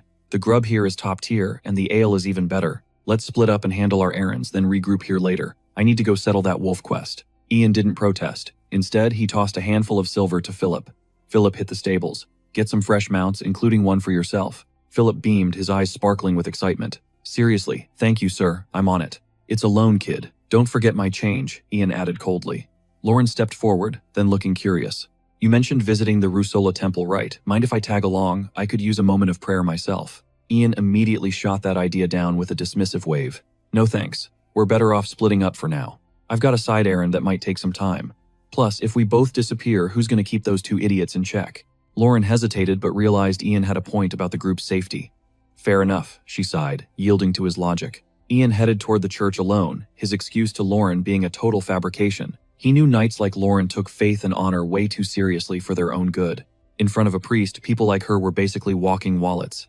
Ian wasn't about to let more money slip through his fingers. With those cynical thoughts, he pushed open the heavy church doors and stepped into the silence. The interior was deserted. At the altar stood a kneeling statue, its stone hands raised as if to catch the heavens. A strange shimmering dust cascaded from its palms like falling stars. Ian stopped in his tracks, genuinely stunned. A statue. This isn't some low-tier magic or a trick of the light. This is different. This is a genuine miracle. A meditation temple. Finally, a way to wash away these filthy impurities, Ian thought with a grin. Suddenly, the golden dust flared with an intense light, multiplying until the entire room was blinded by the glow. What the hell? What's happening with this thing? Ian hissed. Behind him, the sound of footsteps echoed as an old man approached. Who goes there? Prayer hours are long over. Why are you? The old man's voice died in his throat. His gaze locked onto the shimmering statue, and a mysterious divine resonance filled the chamber. Trembling with awe, he cried, Lord Rusola, why has a holy apostle of light graced this humble village? Ian stood there completely baffled. Wait, back up. What apostle are you talking about? The elder's face instantly shifted into a mask of pure kindness. It must be true. The last time such a brilliant holy light appeared was when an imperial apostle visited ages ago. The realization finally hit Ian. This guy was definitely getting the wrong vibe. He's totally mistaken, Ian muttered to himself. I haven't even done anything yet. Turning back to the elder, Ian sighed. Look, I'm just an ordinary mercenary, nothing more. I'm no holy man or devoted follower. The old man gasped. Wait, you're not. Ian stared intensely at the statue, a chill running down his spine. I'm being watched. I can't fake being an apostle while a god is literally staring at me. That's a death sentence. Seeing that Ian wasn't a believer, the old man shifted his tone into recruiter mode. Well then, perhaps you'd consider devoting your soul to Lord Rusola, starting from this very moment. Ian almost laughed. Just as he was being nagged, a legendary quest notification flashed before his eyes. It was the 4 apostles of Rusola quest a divine calling from the god of humanity. Become a holy representative, and you'll be granted a fraction of the goddess's own power. He recognized this quest from his past life, but back then, his level was way too low. It seemed all those old gameplay restrictions had finally vanished in this new reality. That's exactly why he was receiving this now. The old man noticed Ian's contemplative silence. No need to rush, he urged. Just remember your loyal servant Edward when the time comes. Ian flashed a sly, predatory grin. Fine then, Edward. I'll keep you in mind. But since we're friends, I need a favor right now.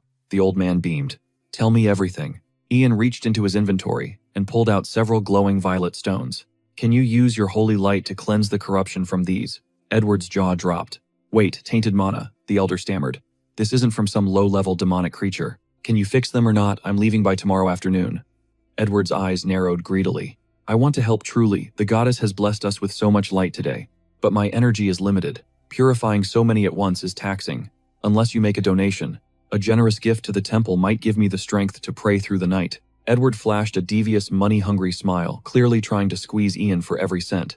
Ian saw right through the scam. He glanced at the statue and sighed deeply. Guess following Rusola is way too expensive for me. His finger hovered over the decline button. Instantly, the divine glow flickering in the statue's palms began to fade into darkness. The goddess Edward shrieked in terror. He lunged toward Ian, shouting, Wait, no charge. Pardon, Ian asked, playing dumb. The old man dropped to his knees, trembling. I was wrong. Helping someone favored by the goddess is the greatest honor imaginable. As soon as he repented, the golden dust flared back to life, brighter than ever before. Then get to work, Edward, Ian said coldly. Show the goddess your true loyalty. Yes, sir, Edward replied helplessly, his hands shaking as Ian handed over the cursed gems. With that business settled, Ian headed straight back to the local inn to meet his crew. Inside, the tavern was roaring. Mizu spotted him and cheered. Look who finally showed up. Whatever Mizu told Philip must have been wild because the guy looked absolutely stunned. Did you really one-shot that monster? Tell us the story. Ian just rolled his eyes. So the whole gang is here. Great. Now kid, where's the change you owe me? Philip quickly forked over their remaining coins. Take it, Pops. That's every cent we've got left. After securing the horses, Philip asked with gleaming eyes, Boss, did you actually slay a real dragon? Regardless of the dragon's validity, Ian's lethal gaze instantly snapped Mizu back to his senses. I barely spilled anything, he was just nosy about your history, Mizu stammered defensively. Ian grit his teeth, setting the record straight. It wasn't a dragon, just a full-grown drake. A winged lizard isn't a true dragon. But before he could even finish his sentence, the two idiots slammed the table, roaring. You saw a real dragon. You're not capping right, boss. Ian's patience snapped. Shut it or I'll rip your tongues out. You're seriously getting on my nerves. His threats fell on deaf ears as the two knuckleheads just kept prying for more details. Why were you in that swamp anyway? Mizu leaned in. Honestly, I'm dying to know too. Isn't that place cursed? Rumor says only ancient descendants can survive stepping foot in there. Their questions triggered Ian's memories of the system's cryptic lore and explanations. He recalled a snippet from his character window mentioning his status as an ancient descendant. Is that why the shadow barrier didn't break my mind? Is this some kind of overpowered birthright? That shadow barrier is a colossal void of darkness that literally splits the entire continent in half. Most of Aquilonia's chaos traces back to that dark rift. It is the game's biggest mystery. Just like my current target, the Dark Mage. Suddenly, a heavy thud echoed through the room. Lauren finally snapped at the noise, slamming her ale mug onto the wooden table. Enough. You guys talk way too much. You're clearly wasted. Just get out and go home already. Her roar sobered them up instantly. They realized they had seriously crossed a line. My bad, Milady. Philip bowed while Mizu sheepishly rubbed the back of his neck. They retreated to their rooms, still throwing shade at each other. This is all your fault. Ian watched the bickering duo while sipping his beer. My ears never get a moment's peace. Suddenly, Lauren spoke up softly. Hey Ian, wanna go for a walk? We need to talk. Soon the two of them were strolling down the quiet, moonlit streets together. Lauren broke the silence first. Ian, are you okay after taking that item from the Headless Knight? The loot. Ian's mind flashed back to the moment he finally crushed the Headless Horseman. After splitting the knight's helmet in two, he had started grumbling about his trashed equipment. Damn it, another blade ruined, Ian muttered, staring at his chipped and broken sword. Suddenly, a shadowy mass slithered out from the skull while Ian was momentarily distracted. Thanks to his insane reflexes, Ian snatched the entity right out of the air. What the hell? Before he could finish complaining, the strange object began invading his veins with a dark chill. Hissing voices filled his mind, screaming hallucinations of pure, unadulterated hatred toward humanity. I curse you all to die, the phantoms lunged, clawing at his throat with ghostly hands. But this level of trauma was light work. Ian actually let out a mocking laugh.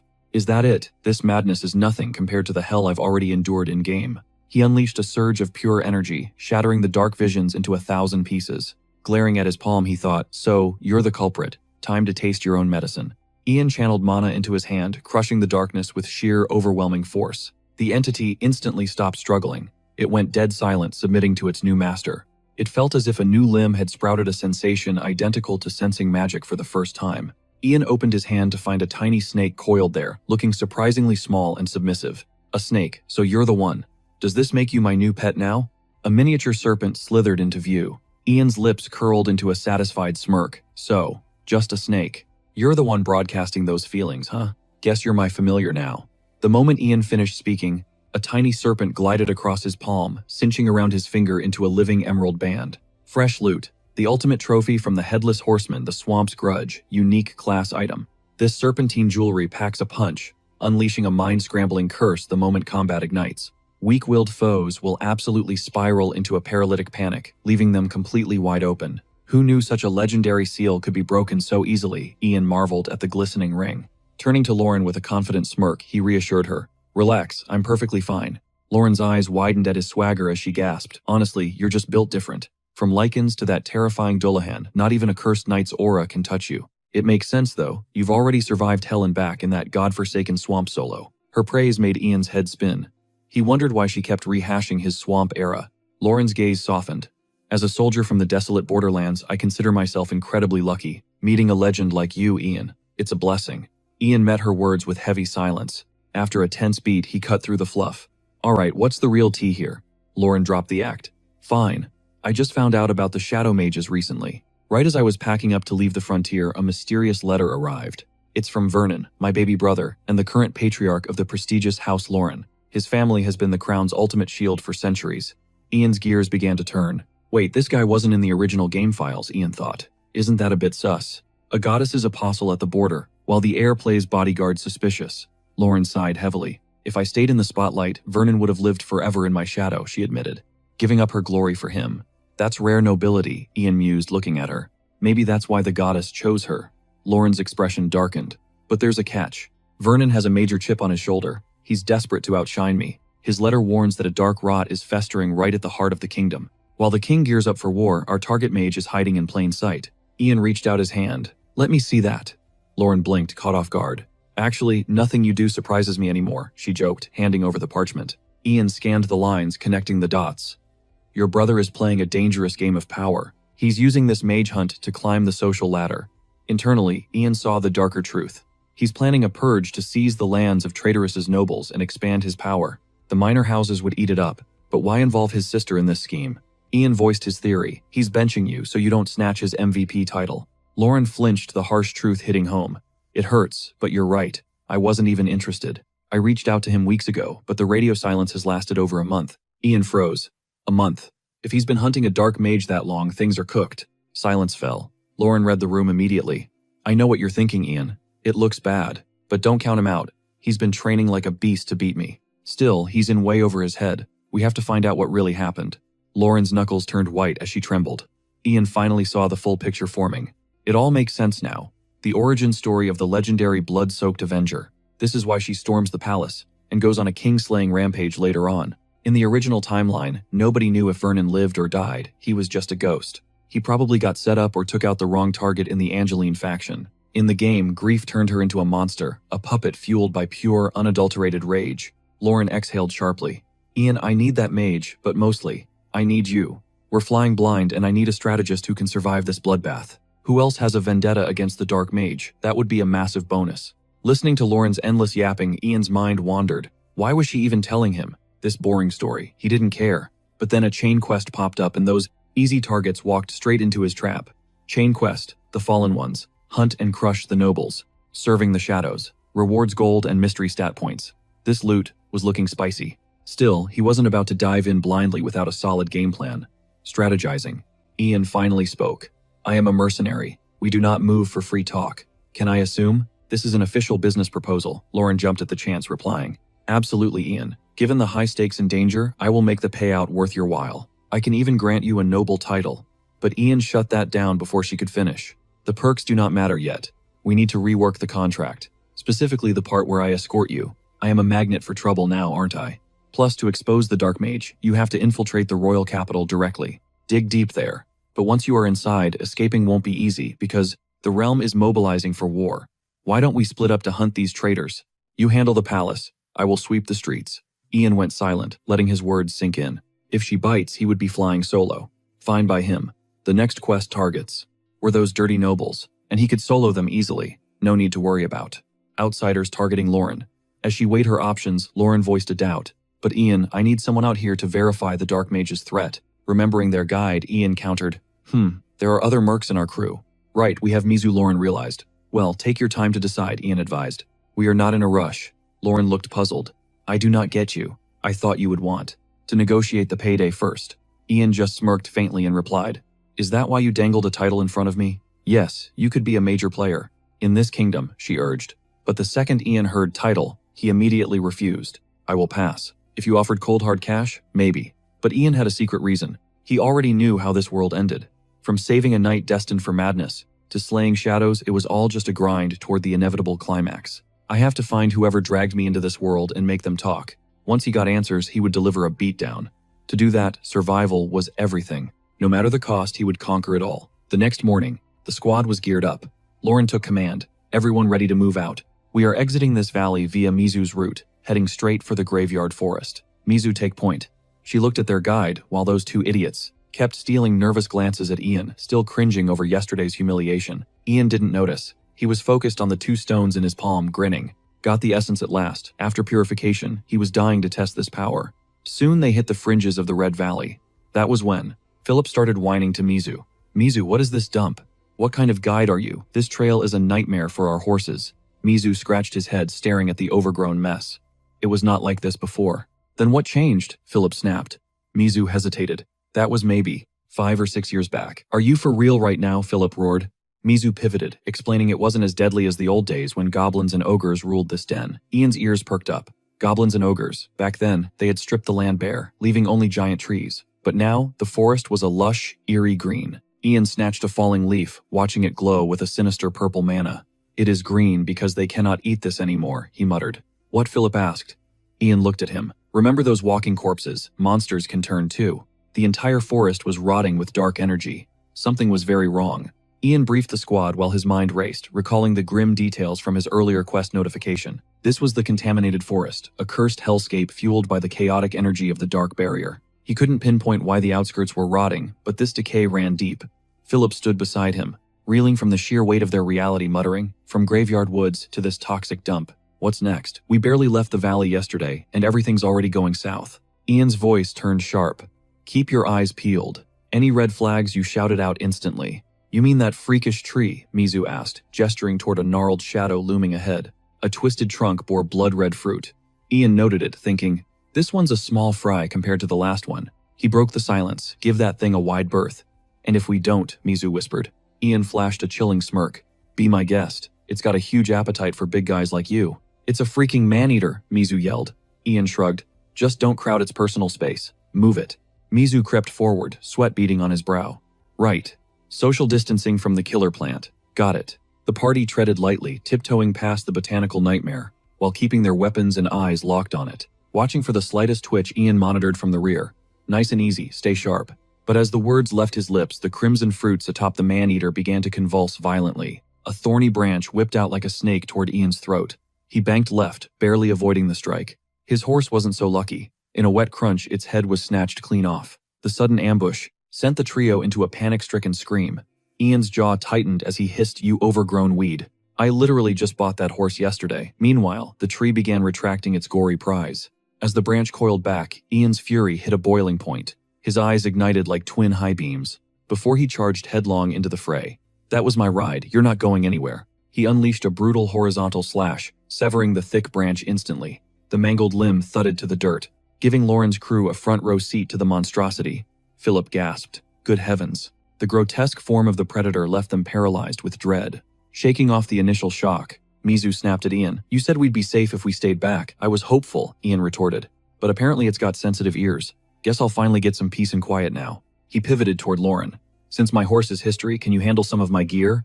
"No problem," she replied, reaching for his packs. But the second she gripped the straps, agony flared through her left arm, forcing her to wince in pain. Ian's internal alarms went off immediately. "You okay?" he prodded. "I'm fine," she blurted, clearly hiding something. Then she shifted gears. "Ian, can you track down the source of this rot?" He blinked. "Are you for real right now?" He stared at her mind, spinning. Why is she prioritizing this mission? When her brother is still in peril, whatever I was planning to investigate anyway. This path feels off. A toxic wasteland sitting right on the doorstep of the Hell Forest. That's way too convenient. It felt like a deliberate roadblock. Up ahead, the tension finally snapped. Mizu exploded in a rage. "Are you kidding me? I signed up to guide, not to commit suicide. First the graveyard, now you want to dive deeper into this nightmare." Lauren kept her cool voice soft. "I'm sorry for shifting the goalposts on you, Mizu. I'll double your pay when we finish. On my honor, I won't let a hair on your head be touched." The mention of a bonus flipped his switch instantly. "Well, money talks, so what's the plan?" Ian smirked. "There's always a way through. We're heading straight into the heart of it." He triggered his clairvoyant magic detection. His sixth sense kicked in, amping his awareness to the max. A pulse of pure energy rippled outward from Ian, mapping the darkness for him. He saw everything. "Stay on my heels," he commanded. As the squad pushed forward, they watched in awe as he effortlessly shredded any man-eater that dared to twitch. But then, everything stopped. Ian halts mid-step after felling the man-eating tree. Mizu, trailing right behind him, locks onto the disturbance. "Something's coming." Ian mutters, his gaze turning razor-sharp. As they stare, a nightmare unfolds, hordes of undead elves and goblins clawing from the earth. Philip and Mizu freeze in sheer terror, gasping out. Undead mutants, Ian grits his teeth, drawing his steel. Rotting abominations, but just as lethal. As he readies for combat, Lauren steps up. "Stand back, I got this." Her body ignites in pale blue mana. Ian instantly sheathes his blade. "About time for that flex," Ian smirks. Suddenly the horde stampedes. In a mindless frenzy, Lauren screams, "Hit the dirt." They drop low, bracing for her onslaught. Lauren swings her blade, unleashing a crescent of blinding holy light. The undead horde is instantly obliterated, mowed down like weeds. Ian stands in awe. Holy arts destroy dark taint effortlessly. I'll handle the rest. The tide turns. Lauren's aura suddenly flickers violently, her body rejecting the holy magic. She coughs up crimson, collapsing instantly. Philip lunges to her side in a panic. "My lady, what's wrong?" Ian spins around as she hits the ground, his mind racing. Great solo run it is. He stands tall, "Mizu. Secure the horse and dump all the oil on me." Mizu rushes to comply, setting 4 oil pouches at Ian's feet. Ian narrows his eyes. "You aren't planning to." Ian cuts him off, turning away. "Pass the torch back up, Philip. Stay sharp and safe." "But what about you?" Mizu pleads. Ian slings the oil. "I'm diving deep into the core." Mizu gasps. "Solo. Into the core. Don't make me spell it out." Ian snaps. Philip calls out weakly, "Please, come back alive." Hearing him, Mizu echoes, "Please come back safe," then retreats to Philip's side. Ian murmurs, "Worry about yourselves. My focus is you two keeping her safe." He stores the oil. Saturating the torch in oil, it flares to life. Time to draw the aggro. Ian grips his blade, eyes locked ahead. Checking back, "Hey Philip, snap out of it, man." We gotta guard her together, stay sharp. Ian turns away, diving straight into the rising undead, blitzing them before they even rise. Closing in, Ian sneers. Where do you think you're going, trash? He cleaves through, sending a goblin zombie flying straight to oblivion. Its body slams into the horde, drawing every single undead eye straight to Ian. A sudden flash from above. A man-eating flora snaps to swallow Ian whole.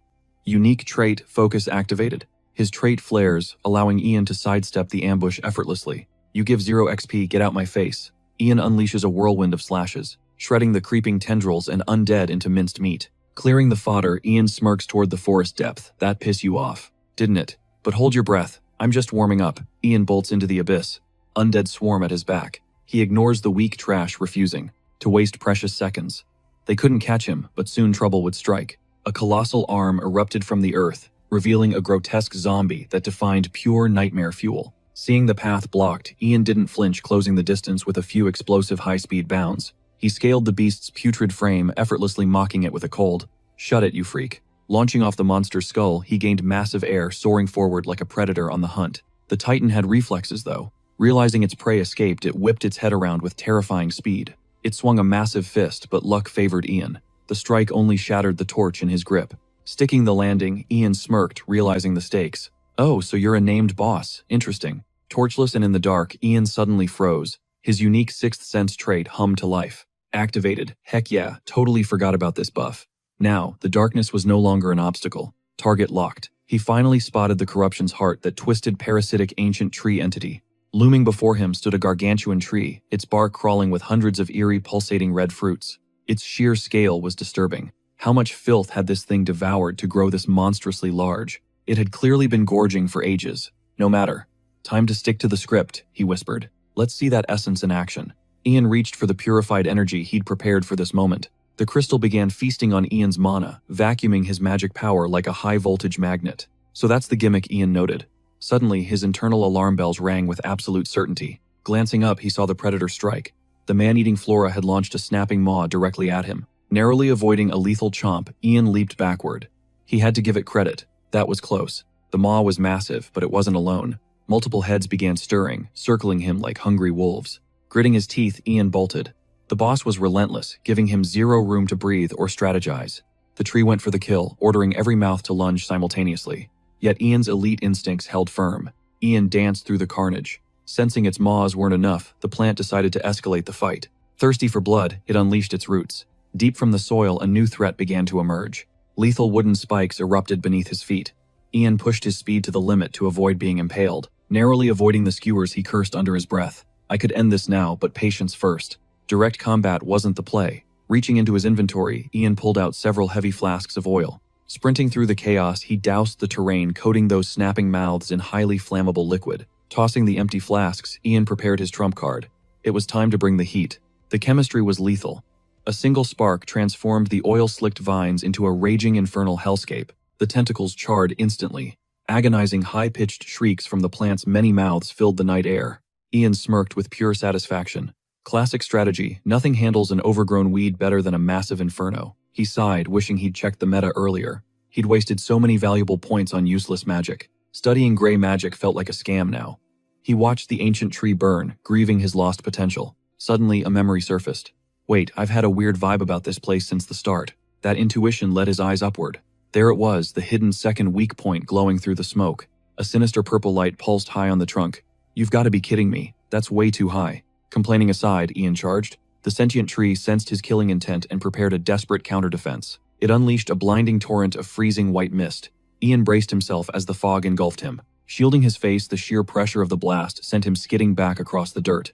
Capitalizing on the stun, the monster ordered its surviving maws to close the trap and finish him. Surrounded by monsters, Ian just grinned.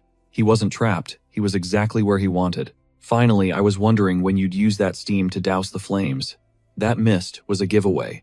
It was the boss's ultimate defense mechanism, an emergency steam purge triggered only by intense fire damage. After dousing the fire, the tree always follows up with a massive multi-head area of effect sweep. But this move leaves the core wide open. Grinning, Ian channeled his mana into the essence. He unleashed the Crimson Magic Fire Breath. It is normally a close quarters spell, but supercharging it with the essence, its destructive force, was about to reach a legendary tier. But then Ian's expression shattered. Wait, he gasped. Why is not the essence stabilizing? Something is wrong. It is a mana vacuum devouring my entire pool. This definitely was not in the game guide. As Ian panicked, a blinding radiance erupted from his palm. A massive pillar of inferno slammed into the tree, which echoed with a spine-chilling, blood-curdling shriek. The sheer recoil of the blast forced Ian to dig his heels in, desperately wrestling to keep his aim steady. The man-eating plant did not stand a chance. Caught in the center of that devastating blow, it was instantly vaporized. Ian collapsed, clutching his stinging face and groaning. Oh god, my eyes, I did not know it would drain mana like that. This essence is totally different from the game. Back then, I was stacked with holy relics and legendary magic armor. Did those high-tier items help me control this power? Lost in thought, Ian stared at the now faded essence and muttered, the mana density in this thing has plummeted compared to before. I could have used it another 50 times if I had slotted it into a proper weapon. He watched the fiercely incinerating tree and sighed. At least the fire is burning strong. Rest in peace now, you overgrown nightmare. Ian drew a blade to finish the job. Meanwhile, Tethin turned toward Mizu. Only a moment ago, they had witnessed a massive pillar of fire pierce the heavens from deep within the forest. He wondered aloud, what on earth just happened? That blaze is spreading, and he is definitely the culprit. As Mizu spoke, heavy footsteps approached from the shadows, causing the timid guy to spin around. Heart racing as he thought, who else is out here? Suddenly, Ian stepped through the brush. Relax, it is just me. Put that away. Mizu exhaled in relief and quickly checked on him. Ian, is that really you? Are you okay? Ian snapped back. Do I look okay? Find me something to wipe this filth off. He reflected on. That annoying tree.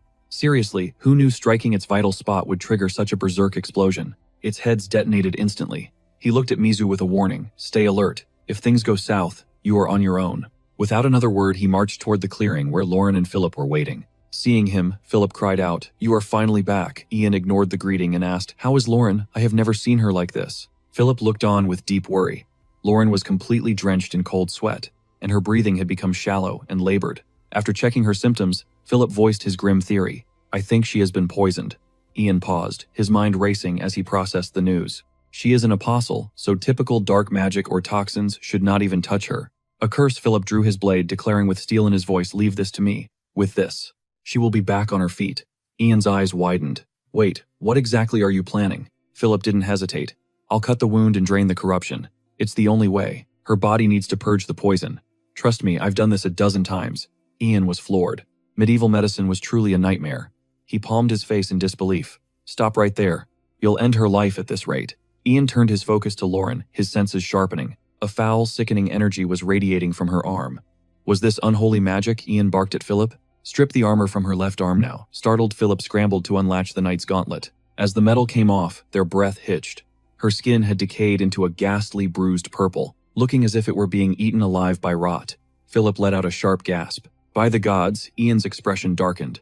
This miasma, it belongs to the headless horseman Dullahan. But it made no sense. How could an apostle like Lauren be consumed by this? It's pure insanity. A Dullahan shouldn't stand a chance against divine power. Ian's mind raced back to the church. He could invoke goddess Jusola, but that creepy priest was already watching him too closely. No way. Desperation left him no choice. Ian clasped his hands to pray, but then a sudden surge of data flooded his mind, catching him off guard. Absorb it.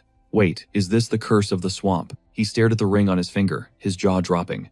It could actually devour the miasma. This hidden stat wasn't in any game guide. It made sense this relic came from the Dullahan. Of course it could consume its own energy. It wasn't craving holy light, it wanted demonic essence.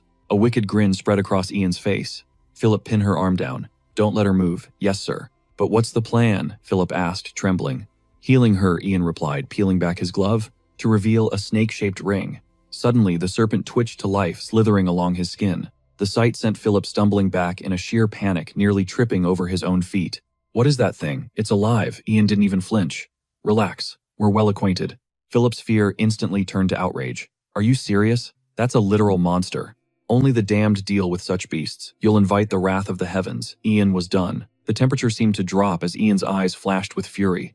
Do I look like a sinner? Philip choked on his words, looking absolutely terrified. Well, I mean technically no. Then shut it and hold her down. Utter one more word and you'll regret being born. Ian's growl was pure menace. Terrified, Philip gripped Lauren's arm as Ian moved in. In a flash, the serpent lunged, sinking its fangs deep into her flesh with terrifying precision. It began to feast, draining the corruption. Within seconds, the necrotic purple began to fade away. The healing was instantaneous. Philip watched in awe. The lady. She's actually recovering. The wound was sealing shut before his eyes. Meanwhile, the black snake began to pulse with power, its scales glowing with an eerie light. Philip's terror shifted into genuine wide-eyed wonder. This creature, it really saved her. He tentatively reached out, hoping to thank the little beast, but the snake's eyes flared crimson, snapping its jaws with a vicious hiss. Philip recoiled instantly. Hey, what's its problem? Ian just gave the snake a chilling, low-key threatening smile. You want to try that again? The serpent immediately wilted, bowing its head in a silent apology. It submissively coiled back around Ian's finger, turning back into cold, motionless silver. Philip watched the exchange still shaking. Are you positive that thing isn't going to eat us? Ian sighed. Taming a beast doesn't kill its nature, Philip. Much like you can't stop being annoying. Philip opened his mouth to protest, but found himself completely speechless at the sass. Dismissing the banter, Ian's tone turned ice cold. Now for the real work. Quiet down. And fetch me a blade, fresh bandages, and the strongest alcohol you have. Move. Ian's medical expertise worked wonders, and before long, Lauren's eyes slowly fluttered open. Relief washed over Ian and Philip instantly. You're finally awake. You saved me again, Ian, she sighed. Even after I turned my back on the corruption investigation, I still ended up in this pathetic state, Lauren muttered, staring at her scarred arm with a look of pure bitterness. Ian dropped a truth bomb without blinking. The one responsible is already dead. Lauren and Philip froze completely, blindsided. You already killed them, they gasped. Seconds later, Lauren regained her icy composure, her mind racing with new questions. So it's come to this. Ian, you realize the Headless Horseman's curse was eating me alive from the start, didn't you? Philip blinked in total confusion. Wait, since when? Meanwhile, Ian's expression shifted as he connected the pieces of a darker puzzle. Lauren, did that dark mage send you some kind of telepathic warning while you were unconscious? Ian asked pointedly. Lauren's face darkened as she recalled the chilling vision. It was strange. He only left me with a single ominous message. He warned that I'd overstepped my bounds, and anyone who aids me will pay a lethal price. Then he vanished. Crimson. He specifically mentioned that name, the one destined to suffer for standing by my side. That person must be a powerful mage. If we track them down, they might hold the key. Any leads, Ian? Ian flashed a cryptic smirk, while internally cursing the dark mage to hell. That bastard was always one step ahead. That son of a bitch is playing a dangerous game. Time flew, and by sunrise, Mizu reached the man-eating tree. He started shoveling dirt, unable to stop himself from grumbling about the manual labor. This was definitely not in his job description. This damn thing is already charcoal, he hissed. Hunting the mage was the priority, not playing gardener for a dead monster. Why am I the one stuck digging in the dirt at the crack of dawn, Ian? This is straight up disrespectful. Perched on a massive branch, Ian scoffed. Digging is your specialty, isn't it? Quit whining and put some muscle into it. Ian scanned the charred ruins, certain that a monster of this caliber was guarding some high-tier loot. Philip stared at the blackened trunk in awe. Sir Ian unleashed a literal inferno, yet the rest of the forest is untouched. Lauren, standing nearby, offered a grim explanation. That's the nature of an elven forest. They don't burn like ordinary woods. Ancient elven magic makes these trees nearly fireproof. It's why kingdoms once fought tooth and nail for this territory. Ian calculated the fire perfectly, knowing the forest would contain it. His tactical foresight is honestly on another level. Inside the hollowed trunk, Ian's eyes sparkled. He found it the seed of the ancient demon tree perfectly preserved. The system guide says, eat for a skill point, but that's a total trap. This item triggers a hidden legendary quest. I'm not falling for it, Ian muttered, tossing the dark seed into his inventory. One more piece of the puzzle secured. Suddenly, Mizu's blood-curdling scream echoed from the pit. Oh my god, Ian didn't hesitate and leaped down immediately. Lauren and Philip rushed to the edge, weapons ready. What happened? What did you find? Lauren demanded, her voice sharp. Look, Mizu stammered, pointing into the shadows. Tangled within the gnarly roots was a horrifying pile of human remains. Bleached skeletons lay discarded like trash. The tree's nutrients, Ian noted coldly. These poor souls were all ritual sacrifices. Mizu's face went pale with horror. Sacrifices? You're saying that mage fed living people to this thing just to grow it? Lauren's expression turned numb as the realization hit her like a physical blow. Human sacrifices, used as mere fertilizer. Her mind began to spiral into a dark place. If he doesn't return to the capital within the month, it's over. He was always so desperate to prove he was stronger than me. He can't be. No, that's impossible. It can't be him. Lauren's fists clenched until her knuckles turned white. The very air around her began to vibrate with a murderous aura. Damn it, Ian hissed, sensing her spiraling rage. He turned to Mizu, barking orders to dig faster and find the truth. The deeper they went, the more the nightmare unfolded. Philip's voice trembled as they uncovered even more bodies. Why are there so many? Was this entire demonic tree built on a foundation of human lives? The scale of this massacre is insane. If they're all sacrifices, then the missing Vernon might also be. Philip instantly froze, realization of his slip-up hitting him. He quickly covered his mouth, glancing nervously at Lauren. Lauren was already shaking, her eyes locked onto a specific corpse that bore a haunting resemblance to the missing Vernon. Panic flared in her chest. It's not him. He was a hero who crushed the darkness and its minions everywhere. A warrior like him wouldn't end up as food for some grotesque plant. But what if the unthinkable happened? What if he walked into a trap and was consumed before he even had a chance to draw his blade? If this is his fate, I'll burn everything to the ground for revenge. Her expression turned lethal, radiating a terrifying killing intent. The more I scan this scene, the more I'm convinced that guy wasn't the culprit. Hearing this, Philip, standing right behind him, gasped in disbelief. Hold up, are you saying the Dark Mage didn't butcher these innocent people? Is that for real? In response, Ian laid it out. He wouldn't operate like this, dark arts user or not. Sacrificing the living isn't his style, especially these guys. They look like Ondale City soldiers, who were likely guarding convicts. While speaking, Ian yanked a set of rusted iron manacles from the dirt. Philip's mind raced as he inspected them.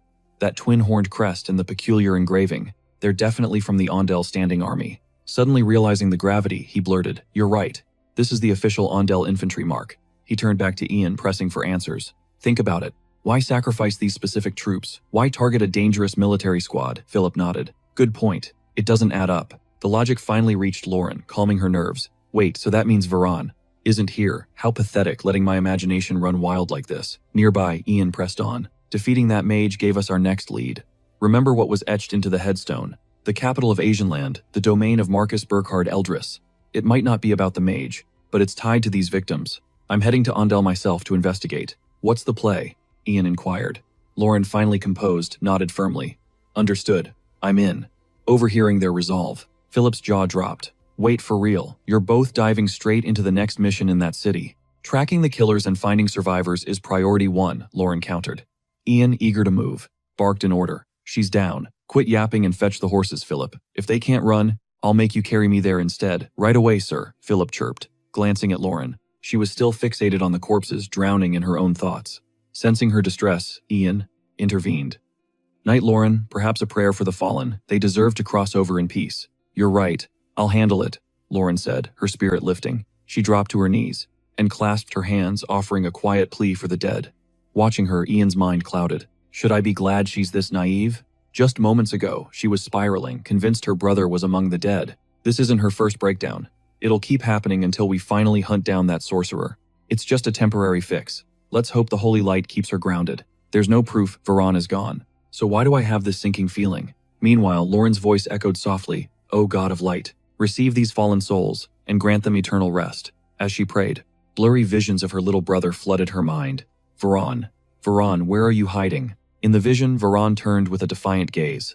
Sister, I'll prove I can best you and lead our clan. Her heart hammered against her ribs. Varan, stop. You don't need to prove anything. You're already amazing. Am I really? Sister Varan's voice was a chilling whisper. Yes, you are. Stop this. I don't know anything. I don't even know if you're still alive. Varan turned, fully revealing a face drenched in crimson. Lauren snapped awake, her hands trembling as she clutched her head. A dream that was way too vivid. Then she blinked. Wait, am I in a carriage? Up front, Ian noticed her stir, finally awake. How long was I out? And where did this ride come from? She asked. Ian could tell her memory was a total blank. He sighed, explaining the situation. Guess your brain pulled the plug, huh? While we were trekking, I decided we needed this abandoned carriage to make time. Lauren's memories began to resurface. Oh, that's right. My head was such a mess, I must have totally blacked out, she realized. Perfect timing, Ian added. We're pulling up to the graveyard forest. Wait already. Lauren bolted upright, scanning the horizon. She whirled around, shouting at Mizu, "Why didn't you wake me?" Mizu panicked, his eyes darting to Ian for help. Thankfully, Ian stepped in to save him. I told him to let you sleep.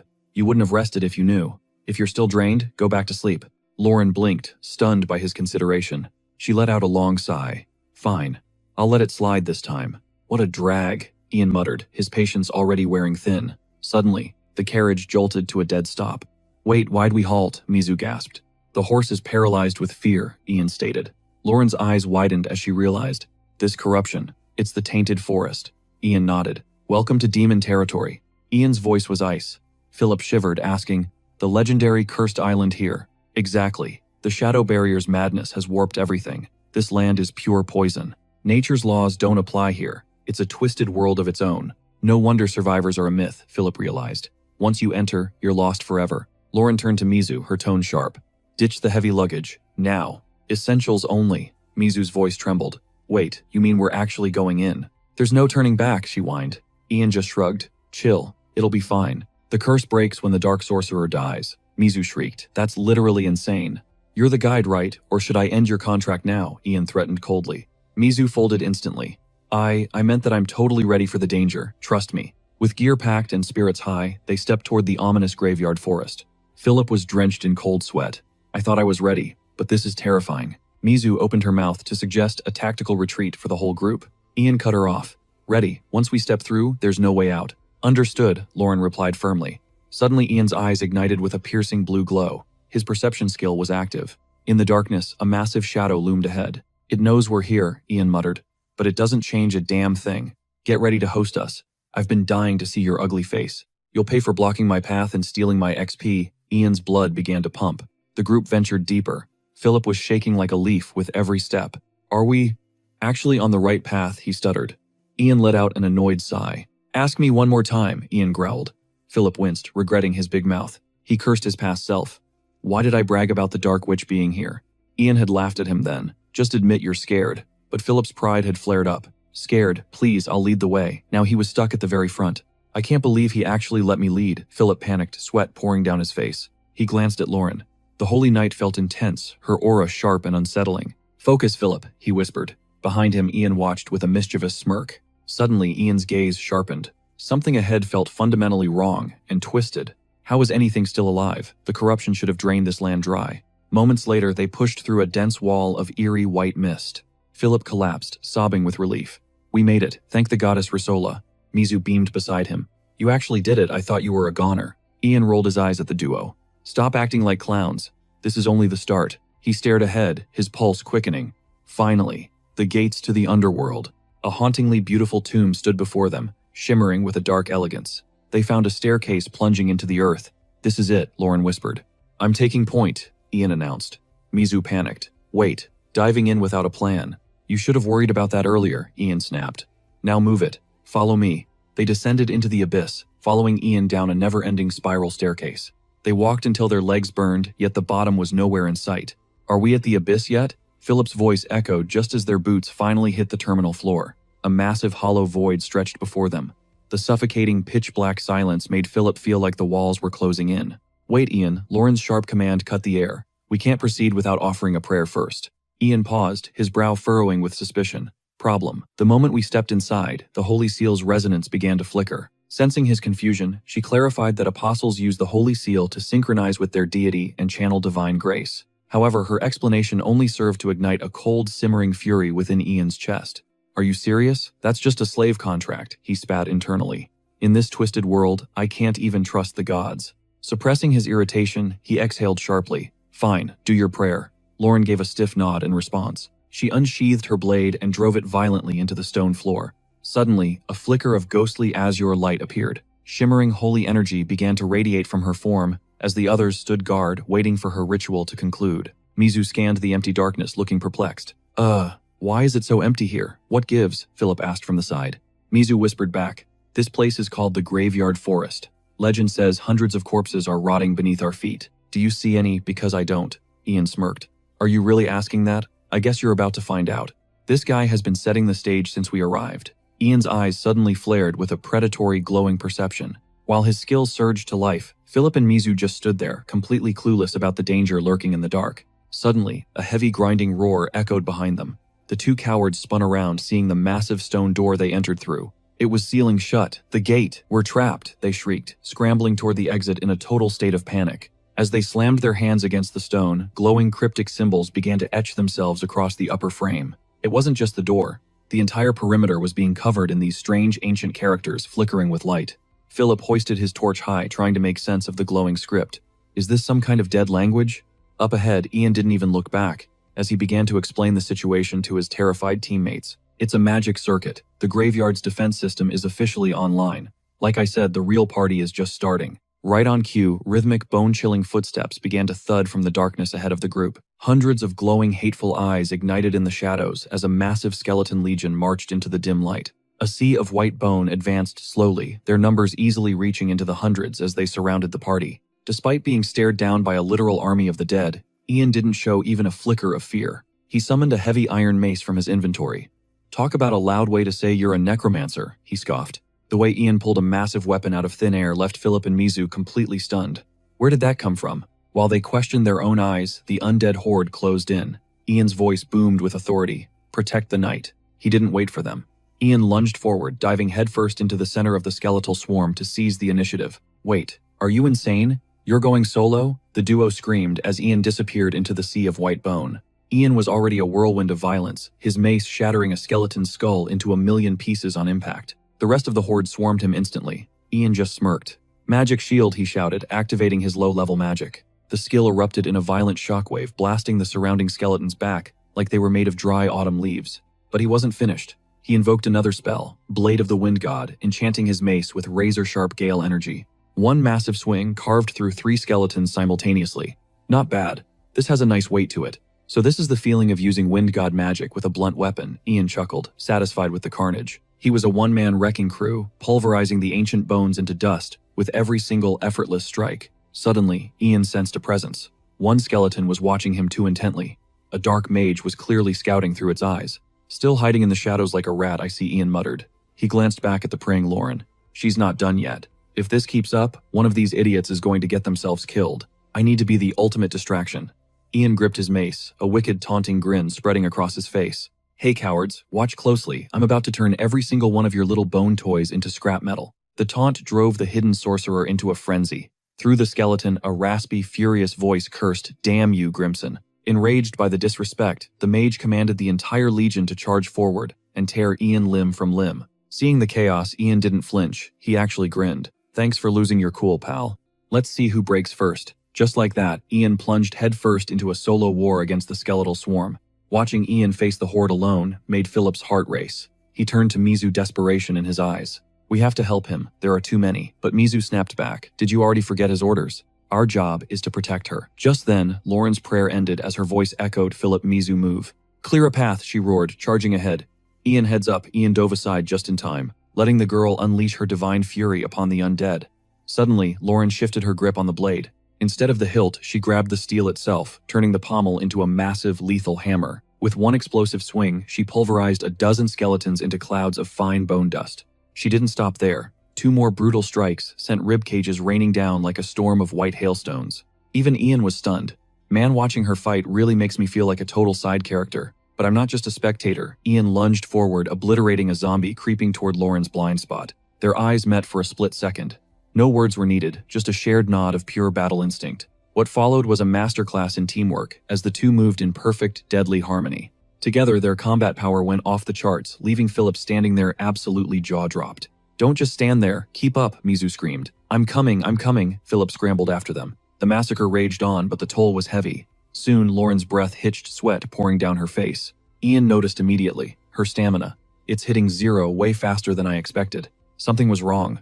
Her holy energy was flickering. Was her divine link finally snapping? Meanwhile, Philip and Mizu were sprinting for their lives until they hit a literal stone wall. A dead end. Are you kidding me right now? Philip's voice cracked in pure, unadulterated terror. Behind them, Ian felt a chill. His senses flared as he noticed the ancient carvings nearby. Magic is surging through these runes, he muttered.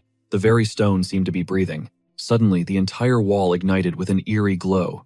Mizu gasped. Now, what? What's happening? The answer was gruesome. The bone fragments scattered on the floor suddenly began to twitch and crawl. Like a magnet, the remains were being sucked toward a single dark corner of the corridor. From the shadows, a grotesque, slimy nightmare emerged, its translucent body stuffed with human skulls. Ian's blood ran cold. An immortal watcher. The corpse-eating slime. It's already here. This is way ahead of schedule. Did it fuse faster because of all these extra bodies? Philip looked like he'd seen a ghost. What in the actual hell is that disgusting thing? It's hideous. Look out, it's coming, Philip shrieked as the massive blob lunged forward. Mizu's voice joined the panic. The path back is sealed. We're out of options. But just as despair set in the wall in front of them began to groan and sink. It's lowering. Look, there's an exit, Philip yelled, his hope briefly reigniting. But the words died in his throat when he saw what was waiting on the other side. A literal army of skeletons stood ready for blood. The group froze in absolute horror. You've got to be joking. What is this? Even Ian felt the pressure mounting. These belong on a lower floor. Someone really went to a lot of trouble for me. This is bad. We're caught in a monster sandwich. That's when Lauren spoke up. I have to kill that giant slime. It's the only way. Ian quickly shook his head. No, just hold it back. I'll carve us an escape route. Got it. Without another word, the duo split. Ian dove into the skeletons while Lauren faced the slime. As steel met bone, a worried Mizu grabbed Philip. "Don't stop, keep moving forward." But every time Ian shattered a foe, the bone shards flew straight into the slime's body. It was exactly like the game mechanics. The creature was absorbing the debris to grow stronger. That's definitely the battery for this endless power. Ian grunted eyes, scanning the battlefield for an opening. Everything's holding steady. A few hiccups, sure, but if we keep this pace up, the mission stays on track. But just as confidence peaked, the vibe shifted instantly. Ian's pupils shrunk, as a ghastly silhouette hovered above the chaos. Damn it.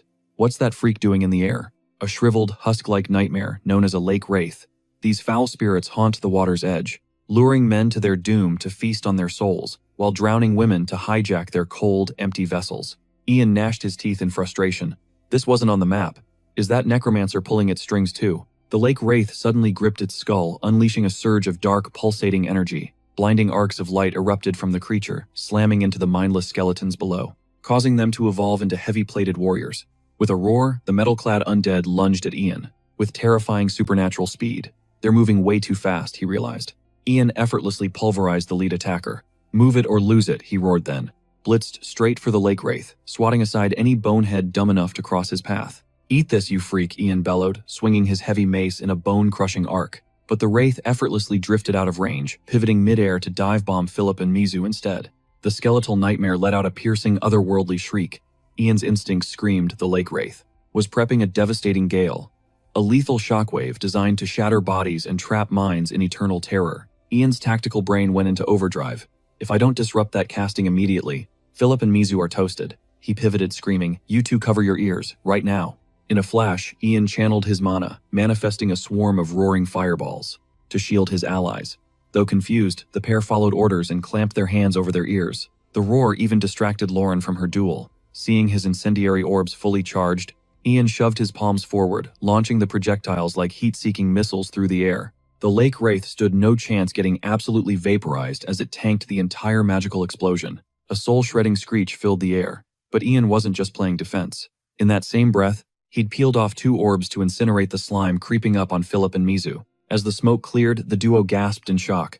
"Unreal. He's a fire user. Is he actually?" "Save the fangirling for later," Ian snapped. "We're in a literal deathmatch here. Lock in, we aren't safe yet." He then pivoted, resuming his brutal dance with the skeletal horde.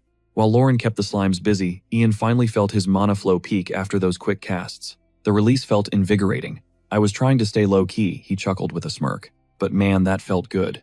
Since the secret's out, let's show them what real magic looks like." Ian summoned a ring of blazing infernos, unleashing a relentless storm of fire across the field. The skeletons never stood a ghost of a chance. They were reduced to ash before they could even get close.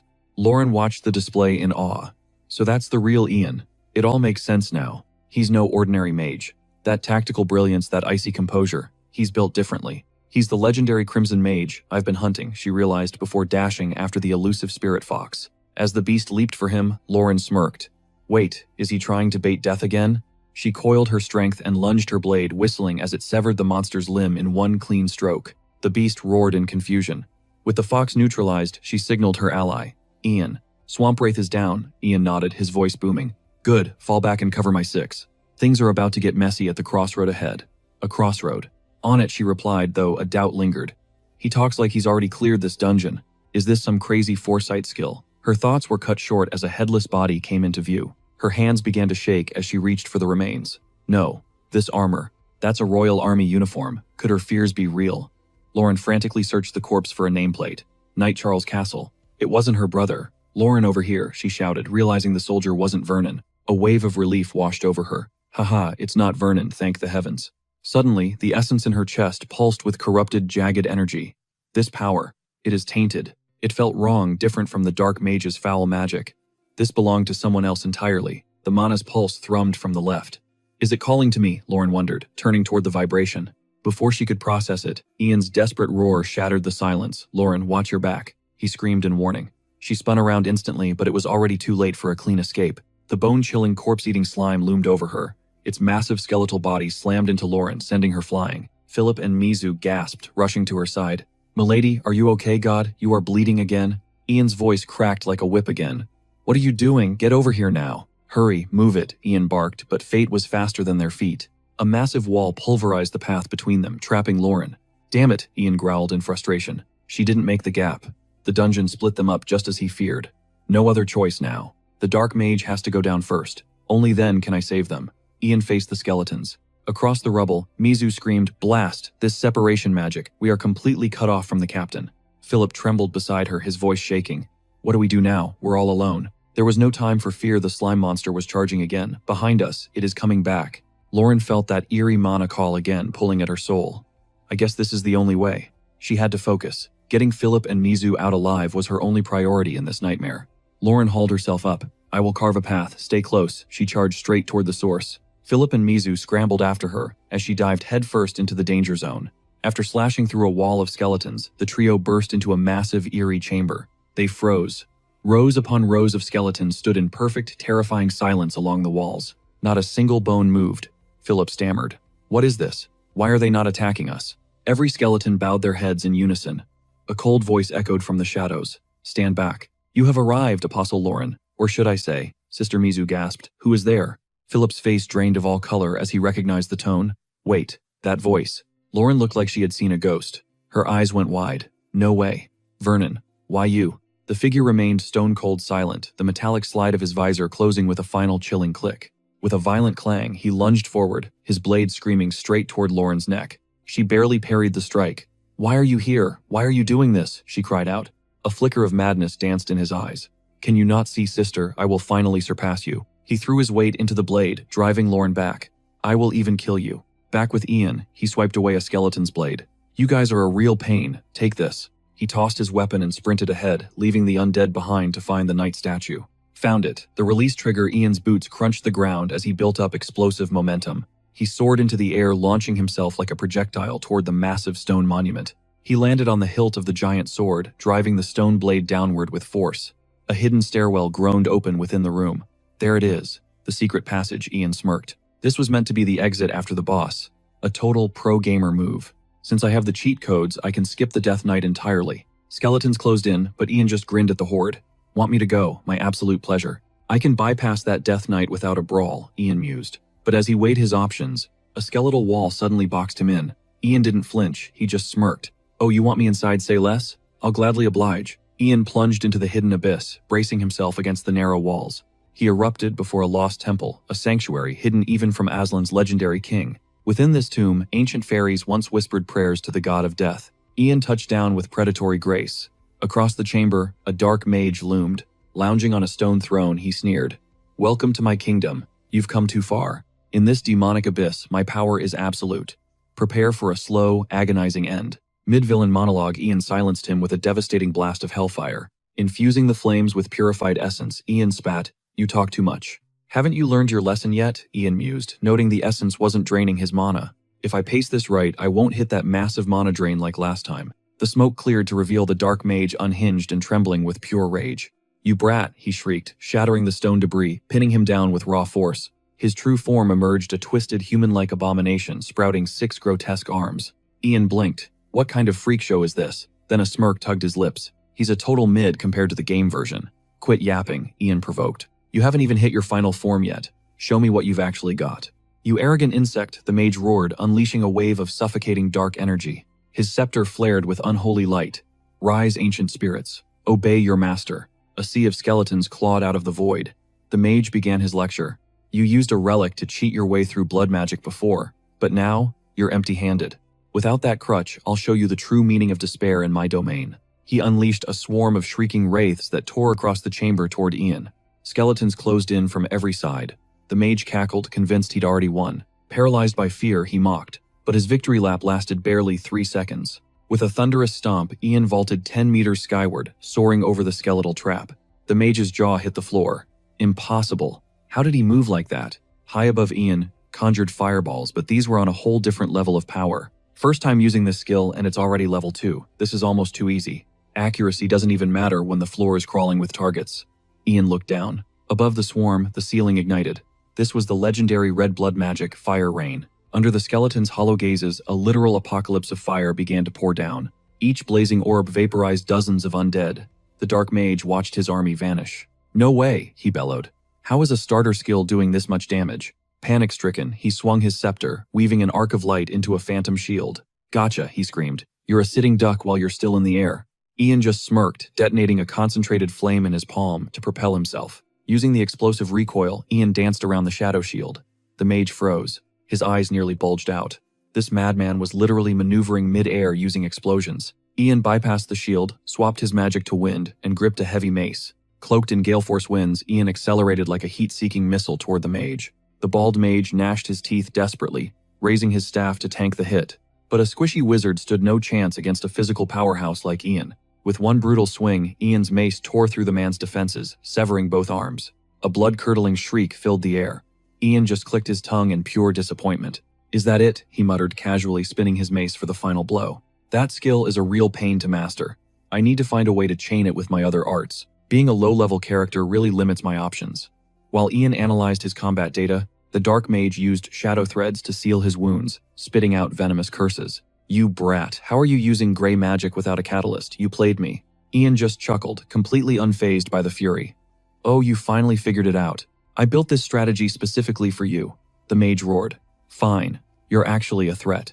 Witness my ultimate form. His scepter began to scream with chaotic lightning. He slammed the staff toward the throne, triggering a dark, grotesque evolution. The shattered remains of Ian's earlier kills were sucked toward the seat. Meanwhile, Ian watched the boss transition with a bored look. Phase 2, come on, I'm waiting. A massive 15-foot skeletal mage soon towered over the arena. Ian smirked, licking his lips in anticipation. I guess that physical weakness isn't an issue anymore, huh? This boss's moves are getting harder to predict. But the mage was just getting started.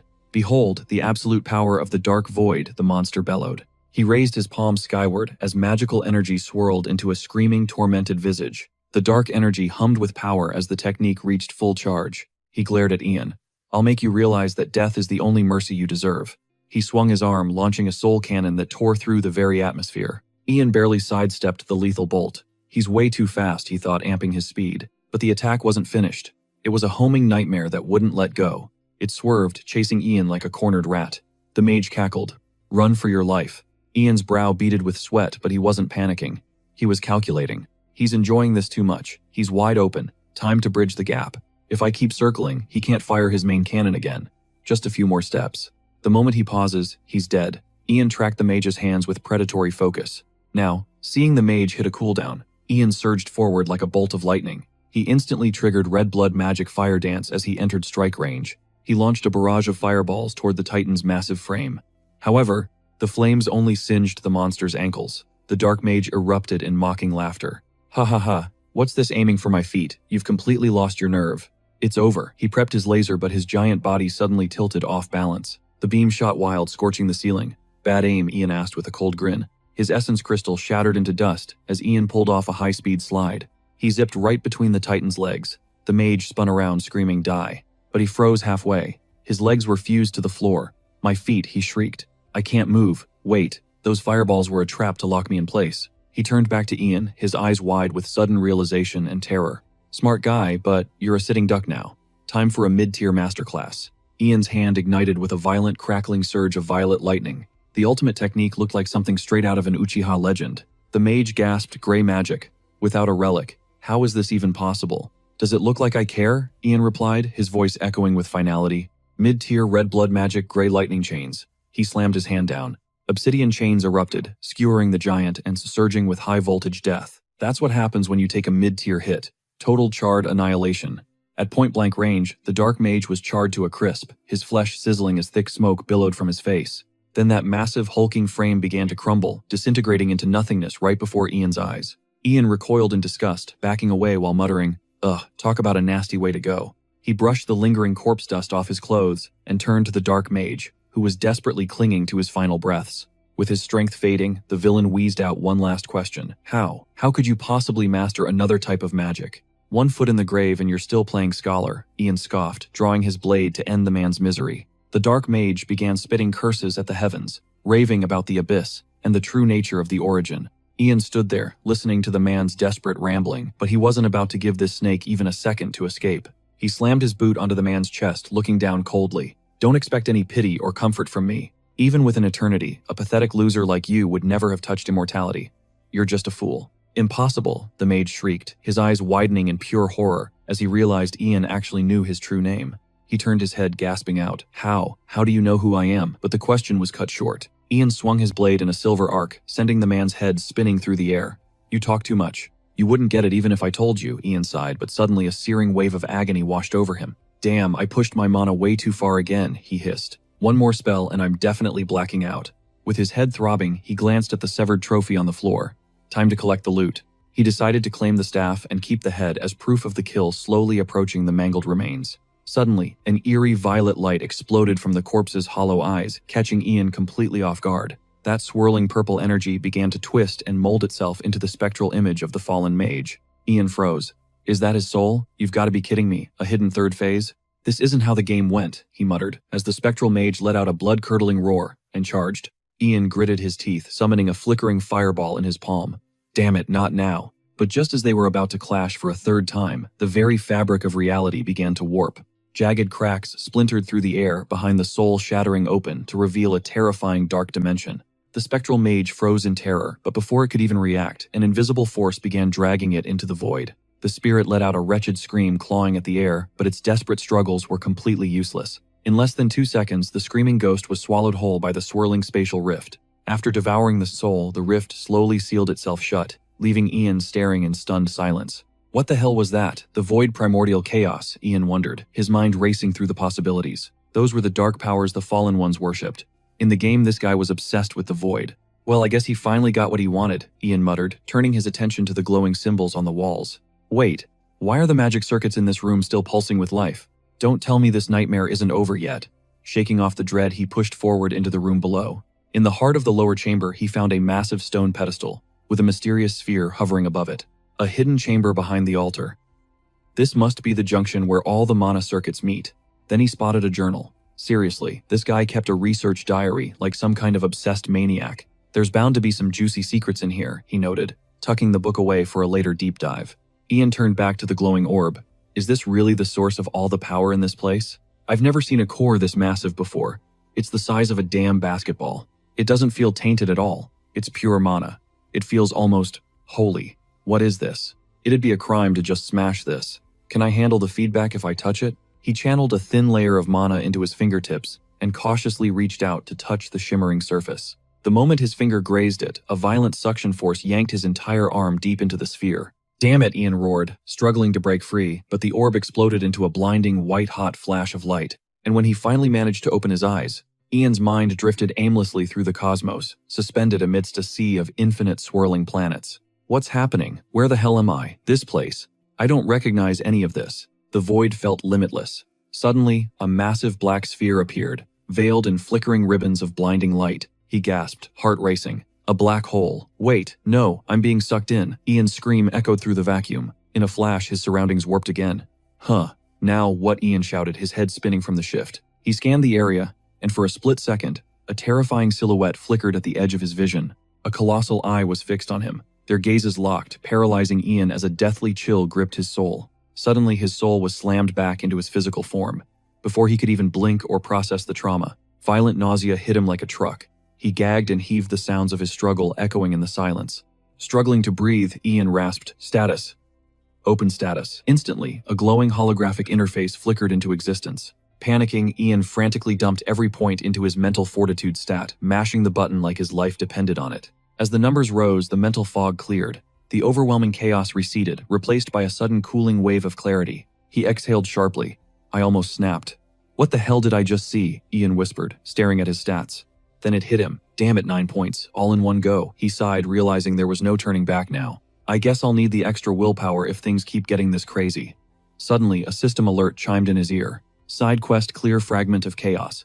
Objective: secure a shard from the primordial void of chaos. Reward: shard of chaos. Ian blinked in confusion. A side quest? I don't remember agreeing to any of this. Reading the flavor text, he wondered, the void. Was that black hole? The source? Is that where this came from? If so, that massive eye. Was it an elder god? He shuddered, hoping his theory was just a reach. Did the warlock witness that too? No way he'd survive the encounter. Ian then reached out to claim his prize. An ethereal purple crystal materialized in his palm. So this is the shard of chaos, Ian muttered, mesmerized by its glow. A familiar vibration hummed within him, mirroring the unstable energy he'd felt from the earlier mass of pure chaos. A shocking realization hit him. Wait, chaos. Is this actually the legendary energy they talk about? He shook his head. No, that's crazy. Chaos energy is. He stopped mid-sentence as a strange sensation flared up. Two massive forces were colliding nearby. It was that unmistakable frequency of holy light, smashing against foul, corrupted magic. Don't tell me Lauren lost. Suddenly a vision from Lauren's past flickers, a group of maids whispering in the shadows. Did you hear Lady Lauren is the new apostle? I always knew she was destined for greatness. Her talent is insane. At this rate, she'll definitely be the next head of our entire clan.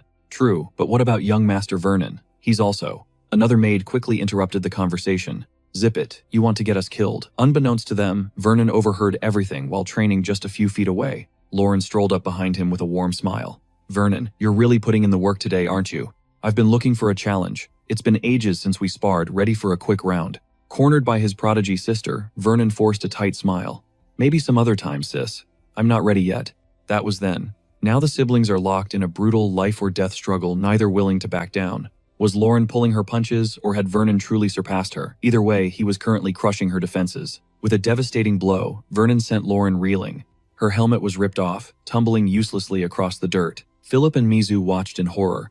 Is her divine power tapped out already? She's running on empty. She's barely holding on. Vernon let out a twisted, triumphant laugh. What's wrong, dear sister? Losing your touch? That was just a basic swing. Suddenly, Vernon's arrogant grin vanished, replaced by a look of pure shock. He felt it. The dark mage's life force had just snuffed out completely. Lauren watched, confused by his sudden hesitation. Vernon, she gasped. His expression turned grim. His energy, it's gone. Master has fallen, he muttered in disbelief. Philip shouted, Master, does he mean that creepy mage?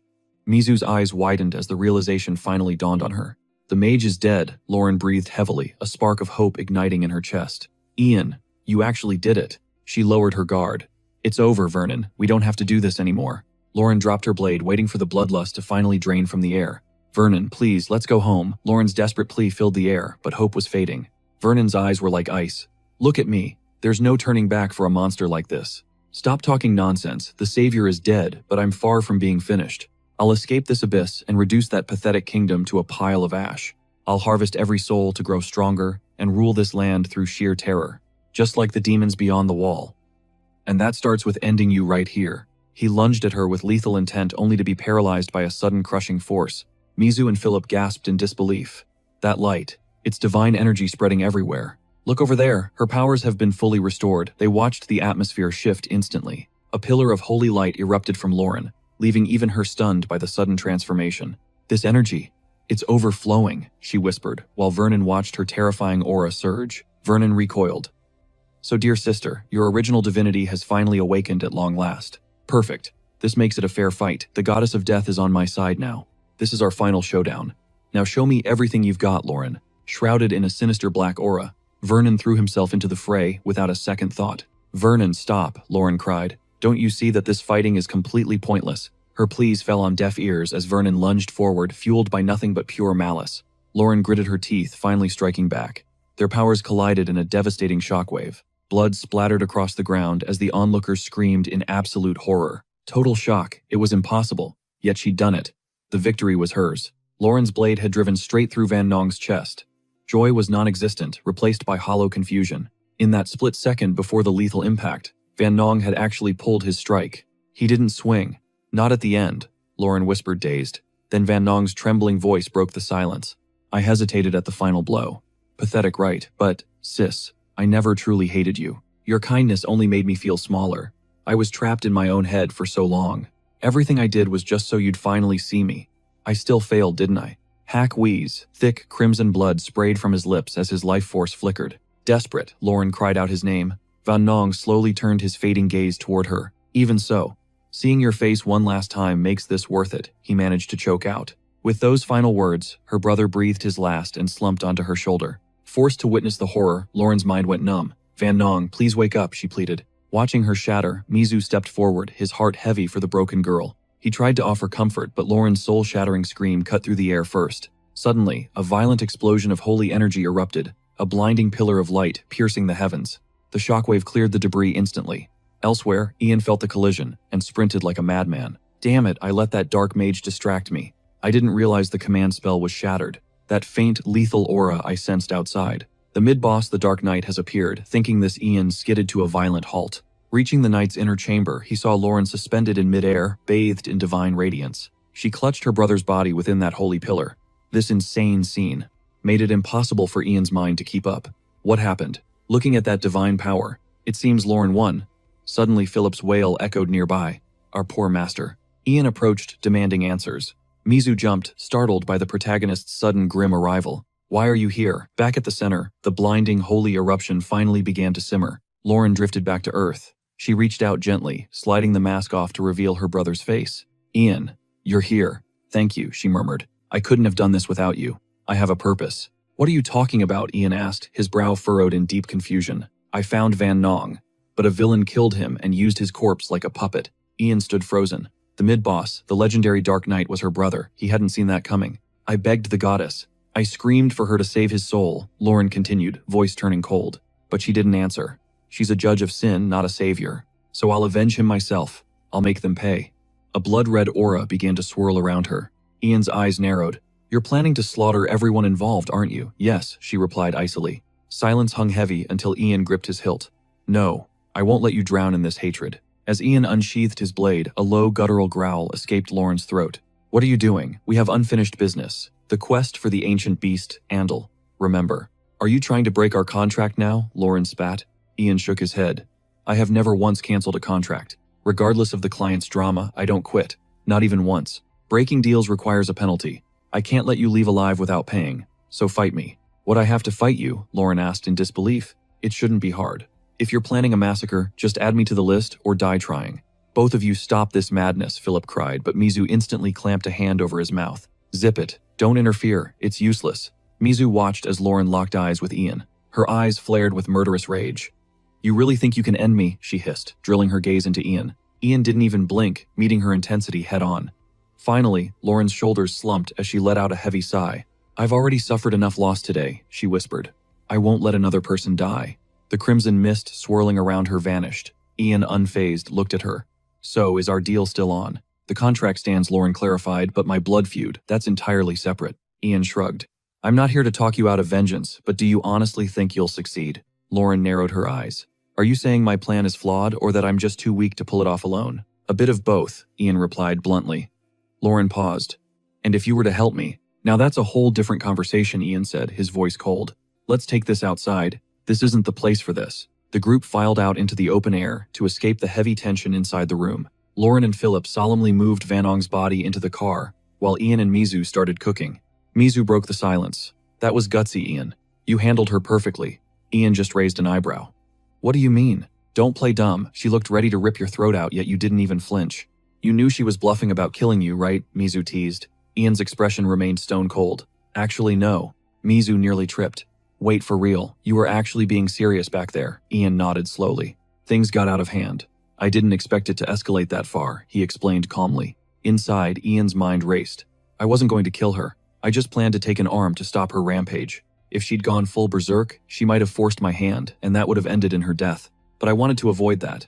The shock when I drew my steel. She was just drowning in grief over her brother. In the end, I still couldn't prevent her transformation into an apostle of vengeance. His thoughts were interrupted as Lauren and Philip finished up and walked over. Is food ready yet? Philip asked obliviously. Mizu immediately shoved a meat skewer into his mouth. Shush and eat, she snapped, then turned to Lauren. Is everything taken care of? Lauren nodded. It's done. Thank you, Lauren added softly. Ian checked in on her. You holding up okay? Lauren looked confused. What? Ian sighed. Becoming an apostle of revenge changes a person. You won't be the same as before. He noticed her aura, the once pure blue divinity, had been stained a violent blood red. She's fully awakened now, just like the legendary character from the game. Lauren stared at her hands. The goddess only grants me power for one thing now, Lauren realized. Pure, unadulterated retribution. This raw power is stronger, but it's fueled by hate. If I turn a blind eye to injustice, it's gone. The old path of the light is dead to me. Those restrictions are finally gone. I'll do whatever it takes, she vowed, her voice steel. I don't regret walking this dark path. If that mage doesn't die by my hand, I'll never find peace. I've traded my soul for this chance. I chose my heart over justice. Just as the words left her lips, Ian casually tossed a heavy burlap sack toward her. Here, it's his head. Consider it yours. Our fated duel happened, and I made sure he didn't walk away from it. Lauren's hands trembled as she pulled the mage's severed head from the bag. She went deathly quiet.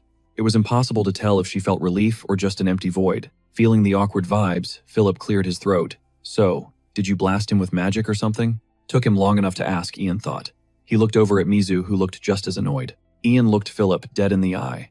Philip, here's some free advice. Try thinking before you speak. The dense warrior just tilted his head. Huh, what'd I do? Mizu realized Philip was completely clueless about how adventurers actually operate. He keeps his magic on the down low for a reason, genius, Mizu explained to the dense oaf. He only went all out because our lives were on the line. He saved us, Philip. We owe him our lives, so stop with the interrogation. Finally, the realization hit Philip. Philip sheepishly rubbed his neck, glancing at Ian with a regretful look.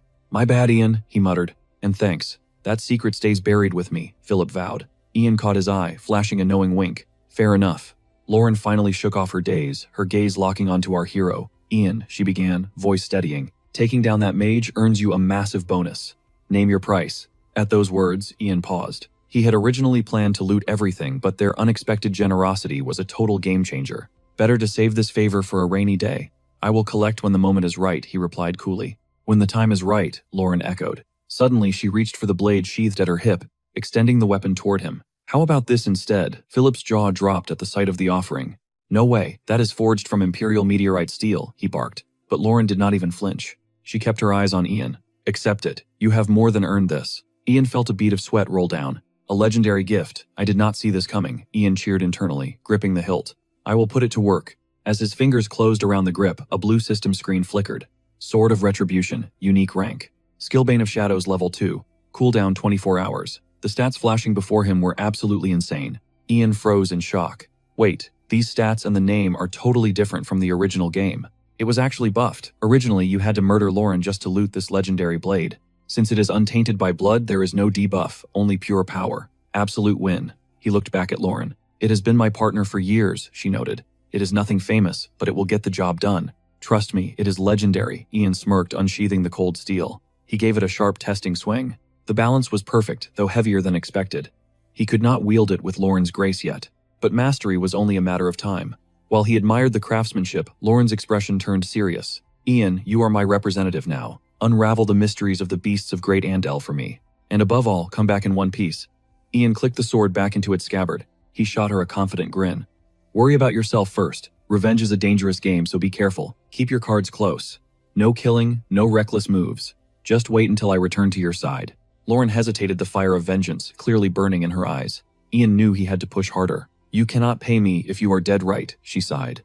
Fine. No trouble until you are back. She sounded defeated, but the pact was made. Suddenly, Mizu cleared his throat to break the tension. Sensing the heavy air had lifted, he piped up, done with the emotional stuff. Good. We survived hell together, so let us celebrate. He fished a wooden wine cask out of his pack. A cheeky grin plastered on his face. Booze, Philip cheered. Ian blinked. He has been lugging that around.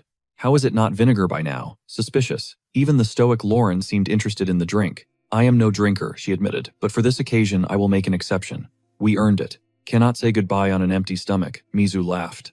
Ian felt a rare sense of true camaraderie. A toast to survival. The four comrades clinked their mugs, the sound of laughter echoing in the night. Fast forward a bit, the party had split.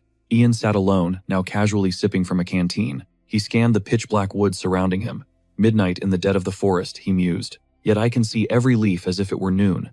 Is this the chaos fragment power? He was lost in thought, ignoring the fresh corpses cooling in pools of crimson right behind him. One survivor, face masked in gore, wheezed out a desperate question. How? How is this possible? That poison could drop an elephant. Why are you still standing? Ian did not even turn around. Is that right? He mused. The secret to his immunity was simple yet terrifying to his enemies. His level 3 poison resistance was a total cheat code, the same trick that saved him in Chapter 4. Ian loomed over the green-haired survivor. Stay back, the man shrieked, swinging his blade wildly. Pathetic. That kind of begging might work on a child, but Ian was a cold-blooded predator. Closing the distance in a flash, Ian's new blade sang through the air. The man's fate was sealed. He swung to parry, but his pupils shrunk in pure terror as the grim truth hit him. Fractures spider-webbed across his steel under Ian's overwhelming force. The blade reached its breaking point instantly. The metal shattered. Ian's strike sent him flying backward. Wait, just listen to me, he shrieked desperately. Before another word escaped, Ian ruthlessly drove his blade straight through the center of the man's palm. He howled like a dying animal. Ian glared coldly at the green-haired coward. Cut the crap, he barked. If you hunt others, you better be ready to become the prey. That's the price of admission. Sobbing, the man blurted out an excuse. It was just a sedative. I only wanted to knock you out. We just wanted your loot, nothing more. Ian's voice dropped to a chilling, deceptive whisper. Oh, really? He slowly twisted the embedded steel. A fresh wave of agony made the man's throat raw from screaming. While he gasped for air, Ian dumped the poison drink down his throat, forcing him to swallow it. Ian's gaze pierced through him. Just a sedative, huh? If you're telling the truth, this shouldn't be a problem. Since it won't kill you, bottoms up. The man's eyes filled with venomous hatred. You, monster. Death arrived instantly. Dark purple veins snaked across his face as the lethal poison began melting him inside. He hacked up a glob of dark blood before his body went limp. His treacherous life had finally ended. Sliding his blade back home, Ian sighed. Honesty would have bought you a much quicker, painless exit from this world. A sudden shriek pierced the air. Ian turned to see a bandit collapsing, freshly skewered by the hands of Philip. The guard stood over the body, shaking and gasping for air as reality set in. Masks finally off, Ian remarked. Philip turned his face, a mask of confusion and shock, as he questioned Ian. Why'd you leave me to fight alone? Ian's eyes remained cold. I warned you, the training wheels are officially off. Rewind to the forest edge where the group stood at a crossroads, ready to go their separate ways. They divided up. Following Lauren's persuasive lead, Ian agreed to take his report straight to the royal castle. That's when Lauren dropped the bomb, ordering Philip to accompany Ian. The guard's jaw hit the floor in shock. Ian is a critical witness, Lauren insisted. Walking into the lion's den solo is far too dangerous for him. Guard him with your life and verify his story. You're his shadow now, Philip. Don't let him down. Philip's face fell. He desperately tried to dodge the assignment. But Lady Lauren, I need to protect you. Tough luck for the coward. Lauren already had her ace. Mizu is my shield. He'll keep me perfectly safe. Right, Mizu, with my life, Milady Mizu replied with a loyal, confident grin. I stared at the shaking guard, wondering if this dead weight was even worth the hassle of bringing along. Then again, an extra set of hands helps. Consider this their down payment on the massive debt they owe. Fine, having a personal errand boy isn't the worst thing, but I had to lay down some ground rules. I get the plan, but let's be real. The path ahead is paved with blood and certain danger. He might not make it back alive. Still want to go. The word death hit Philip like a truck. Philip turned white as a sheet, but Lauren just brushed it off. He's a trained guard, a noble warrior. She spoke of his determination, but Philip looked like he was about to burst into tears of pure regret. Master, you're joking, right? Noticing his soul leaving his body, Lauren stepped in with a gentle, supportive smile. She patted his shoulder reassuringly. Think of the growth, Philip. Ian will mold you into a legendary warrior. Loyalty will make a man out of you. Realizing his fate was sealed, Philip hung his head in defeat. Understood. Snap back. To now, Ian's voice was like ice. If you're tagging along, you need to evolve. Get strong or get buried. Despite his frigid tone, Ian felt a flicker of satisfaction at the kid's potential. The boy had raw talent hidden beneath the fear. Remember, you're the one who insisted on staying with them. That choice was yours. Philip stammered, his excuses dying in his throat as the harsh reality finally sunk in. Is this what the kingdom is really like? He whispered. Ian snapped at him. Quit your mumbling and focus. Patch yourself up. We move in 5. Ian tossed some bandages. Philip paused. Wait, what about the rest? Oh, right. The most crucial part of any victory.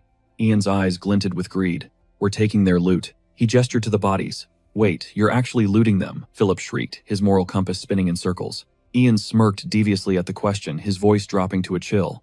Let's just call it a transfer of ownership.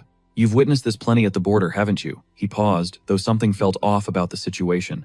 Despite Ian's logical reasoning, that privileged brat Philip couldn't help but lose his cool and start screaming. I should be back at the barracks by now. Isn't this just blatant theft masquerading as profit? This is totally wrong. Philip's outburst earned him nothing but a fresh, painful knot right on his forehead. Ultimately, he was forced to scavenge the corpses anyway. But once he snagged a pouch overflowing with silver, his hands suddenly blurred with speed. Ian watched, amused.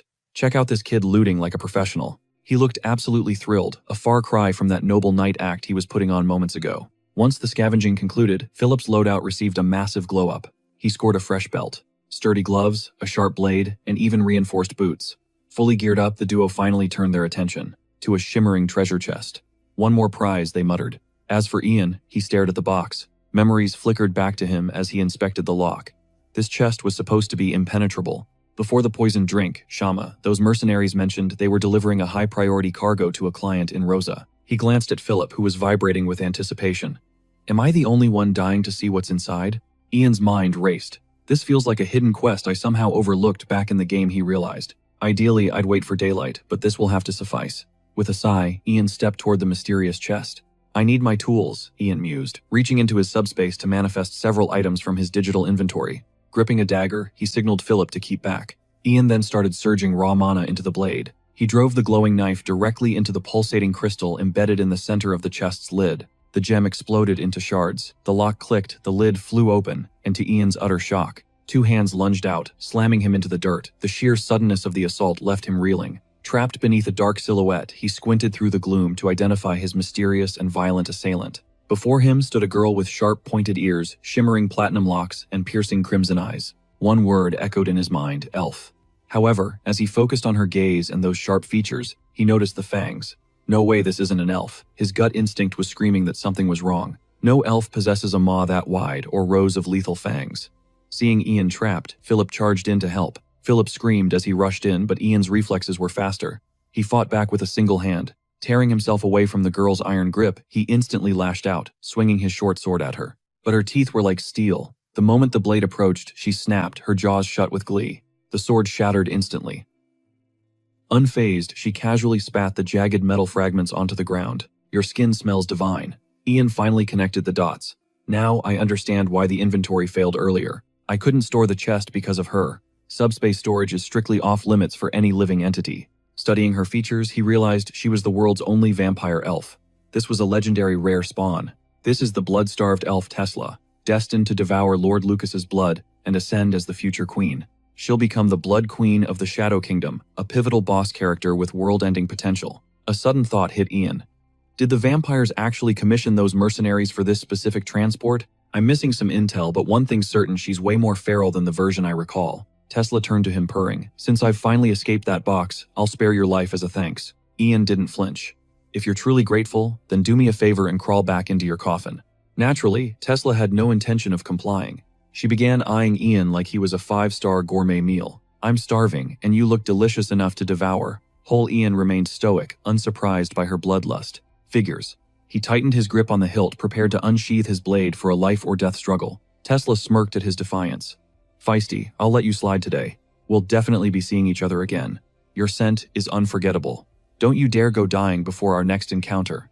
Little human. She vanished in a blur of speed. Ian exhaled sharply. Stunned, she actually retreated. Beside him, a bewildered Philip asked, "Are we really just letting her walk away? Chasing her is pointless." "Just as she promised, she'll find us soon enough," Ian stated with icy composure. Trembling, Philip countered, "That was no ordinary elf. Did we just unleash a literal demon upon the world? She would have broken out regardless.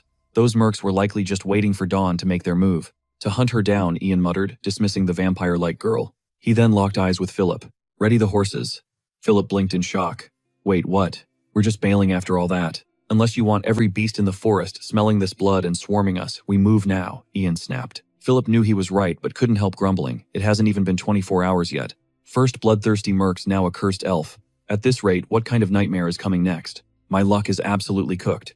"Dear Lord, please don't let me die today," Philip began praying fervently. The scene shifts to the bustling city of Andel, within the Kingdom of Israel. Inside a rowdy local tavern, Ian and Philip stepped inside instantly, drawing the suspicious gazes of every cutthroat and drunk in the room. Feeling the heat, Philip leaned in. "Ian, we need a table in the back. Too many eyes here." "Why the shadows?" Ian scoffed. Philip lowered his voice, his tone laced with genuine anxiety. "Distance means safety if a brawl erupts. Have you forgotten how I nearly met my maker last time?"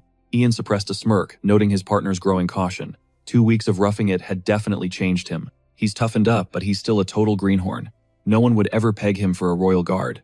Right, Philip scanned the room again, making sure no one was eavesdropping on their hushed conversation. "So what's the move?" he whispered. Ian raised an eyebrow.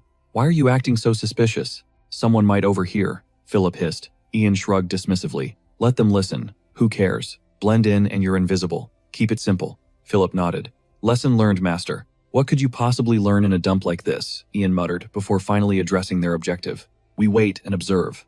If anyone starts sniffing around for a missing soldier, we'll have our answer." Just then, a waitress approached their table. "What'll it be, food, drinks, or both?" "What's actually edible here?" Ian asked. The girl smirked and began rattling off the daily specials. "Our sausages are decent. Bread comes with a hearty stew if you're looking for a real fill. Place is crawling with mercs. Business must be booming. How does one score a high-tier contract around here?" Ian slid a shimmering silver coin across the wood. "Think of this as a down payment for info." The girl stared at the silver, breathless at his generosity. She didn't hesitate for a single second. Stashing the coin, she whispered, "Jump into a big contract too fast, and you'll end up dead. There are rules here. Start small unless you're looking for a mission so lethal that nobody else dares touch it." A job no one else dares to touch, Ian grinned. Perfect. That's precisely what we're looking for. Morning arrived, and the tavern doors swung open for a massive man who stumbled in looking heavily hungover. My brain is definitely paying for last night's ale, he groaned, rubbing his pounding temples. He paused, noticing a rowdy mob huddled together. What's the hype? Why is everyone crowded around? Curiosity won out as he rushed over. A blond man looked up with a devious grin. Oh, Patton. Just in time. I'm organizing a betting pool. Patton leaned in, his interest piqued. A bet. Listen up. 2 new guys showed up last night and headed straight for the ancient underground sewers. Those old goblin-built tunnels. You're joking. Patton looked bewildered. They actually went in there. That place is a literal trash heap. What could Patton stopped mid-sentence, his eyes going wide? Wait, no way. Don't tell me they're hunting that massive, 4-eyed crocodile lurking in the depths. Bingo. The tavern erupted in mocking laughter, everyone already envisioning the newcomer's gruesome demise. They were practically celebrating the failure. Patton shook his head. Just those 2, against that beast. So what are the stakes? The blond man grinned. Will they crawl back by midnight or not? If they survive, the winners split the pot. But if they don't show up by the deadline, the losers buy the whole house a round of drinks. Patton went quiet, weighing the deadly odds. The blond man's voice cut through the air once more. What's with the hesitation? If you're in, drop your bet. Patton didn't blink. He threw his pride into the ring and said, I'm in. My gold says they're coming back. The crowd erupted at Patton's wager. Are you insane, Patton? You really think those 2 can survive that hell? Either I hit the jackpot, or I'm buying a round for the house. It's a win-win for me. He slammed a silver coin onto the table. The blond man snatched it instantly, his eyes gleaming with greed. Now that's a man with guts, he laughed. Meanwhile, another mercenary leaned in with a skeptical grin. Why waste your money? You think those rookies are on our level? Patton just smirked. You're clueless, man. Worry about your own hustle. Those guys, they're built different. Suddenly, a low rumbling began to shake the floor. The lively chatter died instantly as the room started to hum. Everyone froze, wondering what monster was waking up. Patton dropped to the ground, pressing his ear to the wood. The vibrations. They're coming from deep below us. The bald mercenary broke into a cold sweat. Don't tell me it's them. What on earth are they doing down there? Before he could finish, the tremors intensified into a violent quake. The entire diner felt like it was about to collapse. Men dove for cover, shielding their heads as they waited for the chaos to pass. Then the world went silent. As the dust settled, the heavy thud of rhythmic footsteps echoed from outside, making hearts hammer in chests. Patton's eyes widened. That sound. Could it really be? Just then, Ian and Philip kicked open the doors. Both were drenched in filth, hauling a massive weight. Ian slammed the mangled corpse of a 4-eyed crocodile down. The room went cold. Get the authorities, Ian commanded. The pest control is finished. The waitress stood there, paralyzed. Philip stepped up behind him, his gaze sharp and impatient. Hey, did you lose your hearing or something? Get a captain or a soldier here now. Move it, he roared, snapping everyone back to their senses. Soon soldiers arrived to haul the monstrous carcass away, but the shockwaves of their achievement were just beginning. Whispers spread like wildfire. They actually bagged a sewer croc. That's freaking legendary. How did they do it? Did they smoke it out? Nah, I heard they just used a hammer and wrecked the entire basement floor. Back at the table, a stunned soldier approached. Is it true? You 2 really took down that beast alone? Ian wiped the grime from his face. Yeah, but the sewers took a hit. You'll need a construction crew. Understood. Your bounty will be processed within 3 days, the captain replied, with a look of pure shock. The soldiers hurried out, leaving the 2 warriors behind. Ian looked at his ruined gear and let out a curse. Damn it, I've scrubbed myself 3 times and changed, but I still smell like a sewer pipe. I hope my clean clothes don't get contaminated. Man, what I wouldn't give for some actual soap right now. Philip sat there looking like his soul had left his body. Once was enough. I am never doing that again. Facts, Ian muttered. Philip scanned the room, noticing the heavy silence falling over the other mercenaries. Check it out. The vibes in here completely shifted.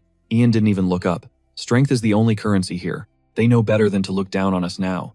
Suddenly, a boisterous voice cut through their brooding. There are the legends. Thanks to you 2, I just secured the bag I'm set for 2 months. It was Patton grinning ear to ear. He turned to the waitress with a flourish. Yo, sweetheart. Bring my 2 brothers here, the best feast you've got. Now mind if we have a little chat. Ian's expression remained icy. If you've got something to say, get to the point. We don't do small talk. Patton chuckled unfazed. Sharp skills and a sharper tongue. I like you guys. The name's Patton. The duo gave him the bare minimum. I'm Ian, the swordsman grunted. And I'm Philip, the other added. Patton leaned in his eyes, searching. Talent like yours doesn't just appear. Where exactly did you guys spawn from? The mountains, Ian answered shortly. Patton's smile didn't waver. Keeping it mysterious, huh? I can respect that. But where did you build that reputation? You must have been big shots somewhere before coming here. Philip's patience finally snapped. What's with the questions? Is this a friendly drink or a police interrogation? He realized he might have been too aggressive and bit his lip, going silent as the tension spiked. Ian saw the slip up and decided to lay his cards down. We aren't criminals, that's all you need to know. So quit circling and tell us what you really want. Stop wasting our time with these games. Ian's gaze locked onto the long-haired figure looming behind Patton. His cold observation sent a visible shiver through the pair before they could even react. Why is a high-ranking aristocrat masquerading as a low-rent mercenary? Or even better, playing the part of a commoner? Ian's blunt question made Philip flinch. Across the table, the mysterious man's composure finally shattered. He erupted into laughter, admitting they'd been caught red-handed. Was their performance really that mid? Patton immediately dropped the act. Turning to his companion with a defeated sigh, he apologized for their blown cover. But the master simply dismissed the concern. Fooling someone of Ian's caliber was never going to happen. Patting Patton's shoulder, the man took a seat and formally apologized for the rudeness. He explained that since some mercenaries are straight-up dangerous, they needed to vet the duo before revealing their true cards. Ian didn't even blink, coolly accepting the apology without a hint of resentment. The stranger laughed again. Appreciate the chill vibes. Allow me to introduce myself properly. My name is Declan Butcher. The name hit Philip like a truck. Butcher, wait, are you serious? Are you Lord Ondel's heir? Why would a noble be stalking ordinary sellswords? Ian's voice remained steady as he pressed for answers. Declan revealed he oversees all mercenary activity within these city walls. Your combat skills are legendary, so I had to see the hype myself. Ian's mind began racing. This city is surprisingly peaceful despite the mercenary presence. There must be a strict system in play, a set of hidden rules keeping the chaos in check that I haven't decoded yet. Philip stammered out an apology, realizing he'd been unintentionally disrespectful to a high-ranking lord. No worries, Declan replied with a grin. Anyone would have reacted the same way. He shared that he's actually the second son of a concubine born from commoner blood himself. That explains a lot, Philip noted, glancing back at Ian. Ian then cut to the chase. Do you trust us now? Or do you need more proof of our loyalty? Declan's expression turned dead serious. That's plenty. Let's get down to business then, shall we? I want you both leading my forces. I'm appointing you as captain and vice-captain of my personal army. Philip nearly fell out of his chair. You want mere mercenaries to serve as elite soldiers? Exactly. War is brewing on the horizon, and while other lords overlook mercenary talent, I know better. Ian remained cautious, asking if the lord had actually authorized such a bold move. Definitely. It strengthens our house, and my father sees it as a total win, Declan chirped. But Ian pointed out that becoming a soldier usually requires a spotless reputation. True, but you two survived the impossible. That raw power is all the record I need. It's an offer most would kill for, right? Ian weighed the noble's words carefully. This guy acts humble, but he's sharp as a razor. You can see the ambition in his eyes. He's definitely a player in this game. Ian smiled faintly, refusing to give an immediate answer. Declan looked stunned. Why hesitate? Ian explained. He had an unfinished mission to settle first. A deal this big deserves serious thought. Declan's brow furrowed in confusion. Wasn't the crocodile hunt already wrapped up? Then the realization dawned on him. You're working on a secret commission, aren't you, Ian? Noted how quickly the noble connected the dots. After a brief moment of hesitation, Declan made a calculated decision to win them over. Tell me about this mission. I'll help you finish it if you promise to consider my offer. Are you for real? Ian asked, knowing this could make their objective much easier to achieve. Philip chimed in, worried that talking in public might leak their confidential details. Declan understood perfectly and signaled Patton to clear the room immediately. It's the mercenary code, right? Everyone out, give us some space to talk. Understood, Patton barked swiftly, ushering the crowd away. Once they were alone, they laid out their objective. Declan shared his intel after listening. That soldier, Nep, is likely dead. You said he was guarding a prisoner, right? Exactly. We're hunting the killer who took him down, Ian stated firmly. Curious about his fate, Ian played it cool, hinting that his end was anything but natural. Declan's expression instantly hardened. Unnatural? Are you implying the military is rotting from the inside? Bingo. I bet you've got more intel on this mess than us. What's your take? Declan went quiet, processing the bombshell. Humph. Here's the problem, though. The army's inner workings are a mystery to me. My father is the one calling the shots. And Mason is his heir. Ian's shoulders slumped. If that's the deal, you're no help at all. But before disappointment could settle, Declan's voice sliced through the air. Wait. I never said I wouldn't assist. This drama actually intrigues me. Just stay patient, and I'll deliver results under the Bershka name. Minutes later, after briefing his men, Declan gave a sharp nod. I dug around, and you're right, it's sus. This soldier Nep, plus the entire transport crew share a tragic link. They're all orphans with zero family ties. Essentially, if they vanish, no one's coming to find them. Ian's lips curled and Declan pointed. Exactly. Their inner circle is convinced they were simply reassigned to Angeline. The puppet master is a commander named Bradley. He's basically my brother Mason's shadow. So, With the cards on the table, what's your play? Declan smirked, eager for a reaction. Ian set his mug down with clinical precision. I think a friendly chat is in order. Declan's eyes widened in disbelief. A talk. You do realize Bradley is a master manipulator, right? He won't spill easily. Thwack. Ian plunged his dagger straight into the wooden table. I've got a specialized tool for dialogue. It carries a charm that forces the truth out. Declan caught the drift. He burst into a thrill-seeking laugh. Haha, I've got to witness this magic firsthand. Can I tag along? Ian shrugged, no harm in it. But he did have one non-negotiable term. Why not? However, you're setting the stage for this meeting. Haha, consider it done. I'll alert my men once the location is locked. It'll be fast. I'm dying to see how your little quest concludes. With that, Declan strolled back to his squad and started vibing with his team. This party is just starting. Drink till you drop. It's all on my tab, haha. Glory to the young master. The tavern erupted in cheers. Meanwhile, as the atmosphere buzzed, Ian noted how flawlessly things were falling into place. Sitting across from him, Philip couldn't help but be impressed. You've genuinely mastered the art of social manipulation. But enough of that. Ian's gaze sharpened into steel. Back to business. Did you complete the task I assigned? Yeah, I trailed him just like you ordered. Turns out I've got a knack for stealth. Philip began grumbling. But the moment the whining started, Ian's hand tightened on his blade, making Philip flinch back. Whoa, chill. Long story short, nothing out of the ordinary happened exactly as you predicted. His reputation in this town is quite something. A knowing smirk played on Ian's lips. Seems our little protege is all grown up. He handles his business without needing a script. Philip sighed, exhausted. I couldn't exactly tune out the gossip. The folks in Ondel basically worship the guy. Plus, after his mother passed, the Marquis officially adopted him. However, the eldest son Mason despises him, and the locals are terrified of an internal power struggle. They're planning to ship the young master off to the front lines, straight into a death trap. It's your typical messy family feud, but from what I saw, he isn't going down without a fight. If he survives, it's only because he's masking his true potential perfectly. That was Philip's take. Ian, however, was deep in thought. True, he might not walk the path of darkness, but the scent of blood still clings to him, Ian muttered. Cut to his private chambers, where silence finally settled. Finally alone, he began connecting the dots. Scoring the penthouse suite this quickly in Ondel was a win. The locals here are surprisingly welcoming, which makes things peaceful.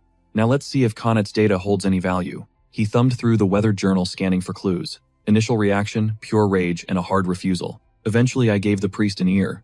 Turns out my whole reality was a fabrication. Total psychopath vibes. Standard brainwashing spells are child's play compared to mastering magic through raw skill points like I do. Pointless, Ian muttered with a sigh, his mind racing through the possibilities. Exactly as predicted, the man who lured Connacht into Ajulan's cursed crypts. Soon Connacht will reveal his true allegiance and drag Aquilonia into ruin. A living hell where the void rules and ancient forgotten gods feast. Revolting, Ian thought, picturing the nauseating stare of the void's eye. He focused on the swirling violet currents surging across his palm again. Chaos force, pure void essence. A profane curse that feels strangely divine. This is forbidden strength meant only for the damned and the corrupted. System alert, Aquilonia's downfall. The corruption begins to reshape every soul. Knights turn dark, barbarians go berserk, and scouts become shadowy assassins. Priests evolve into elders, mages embrace darkness, and every quest updates. One slip means falling.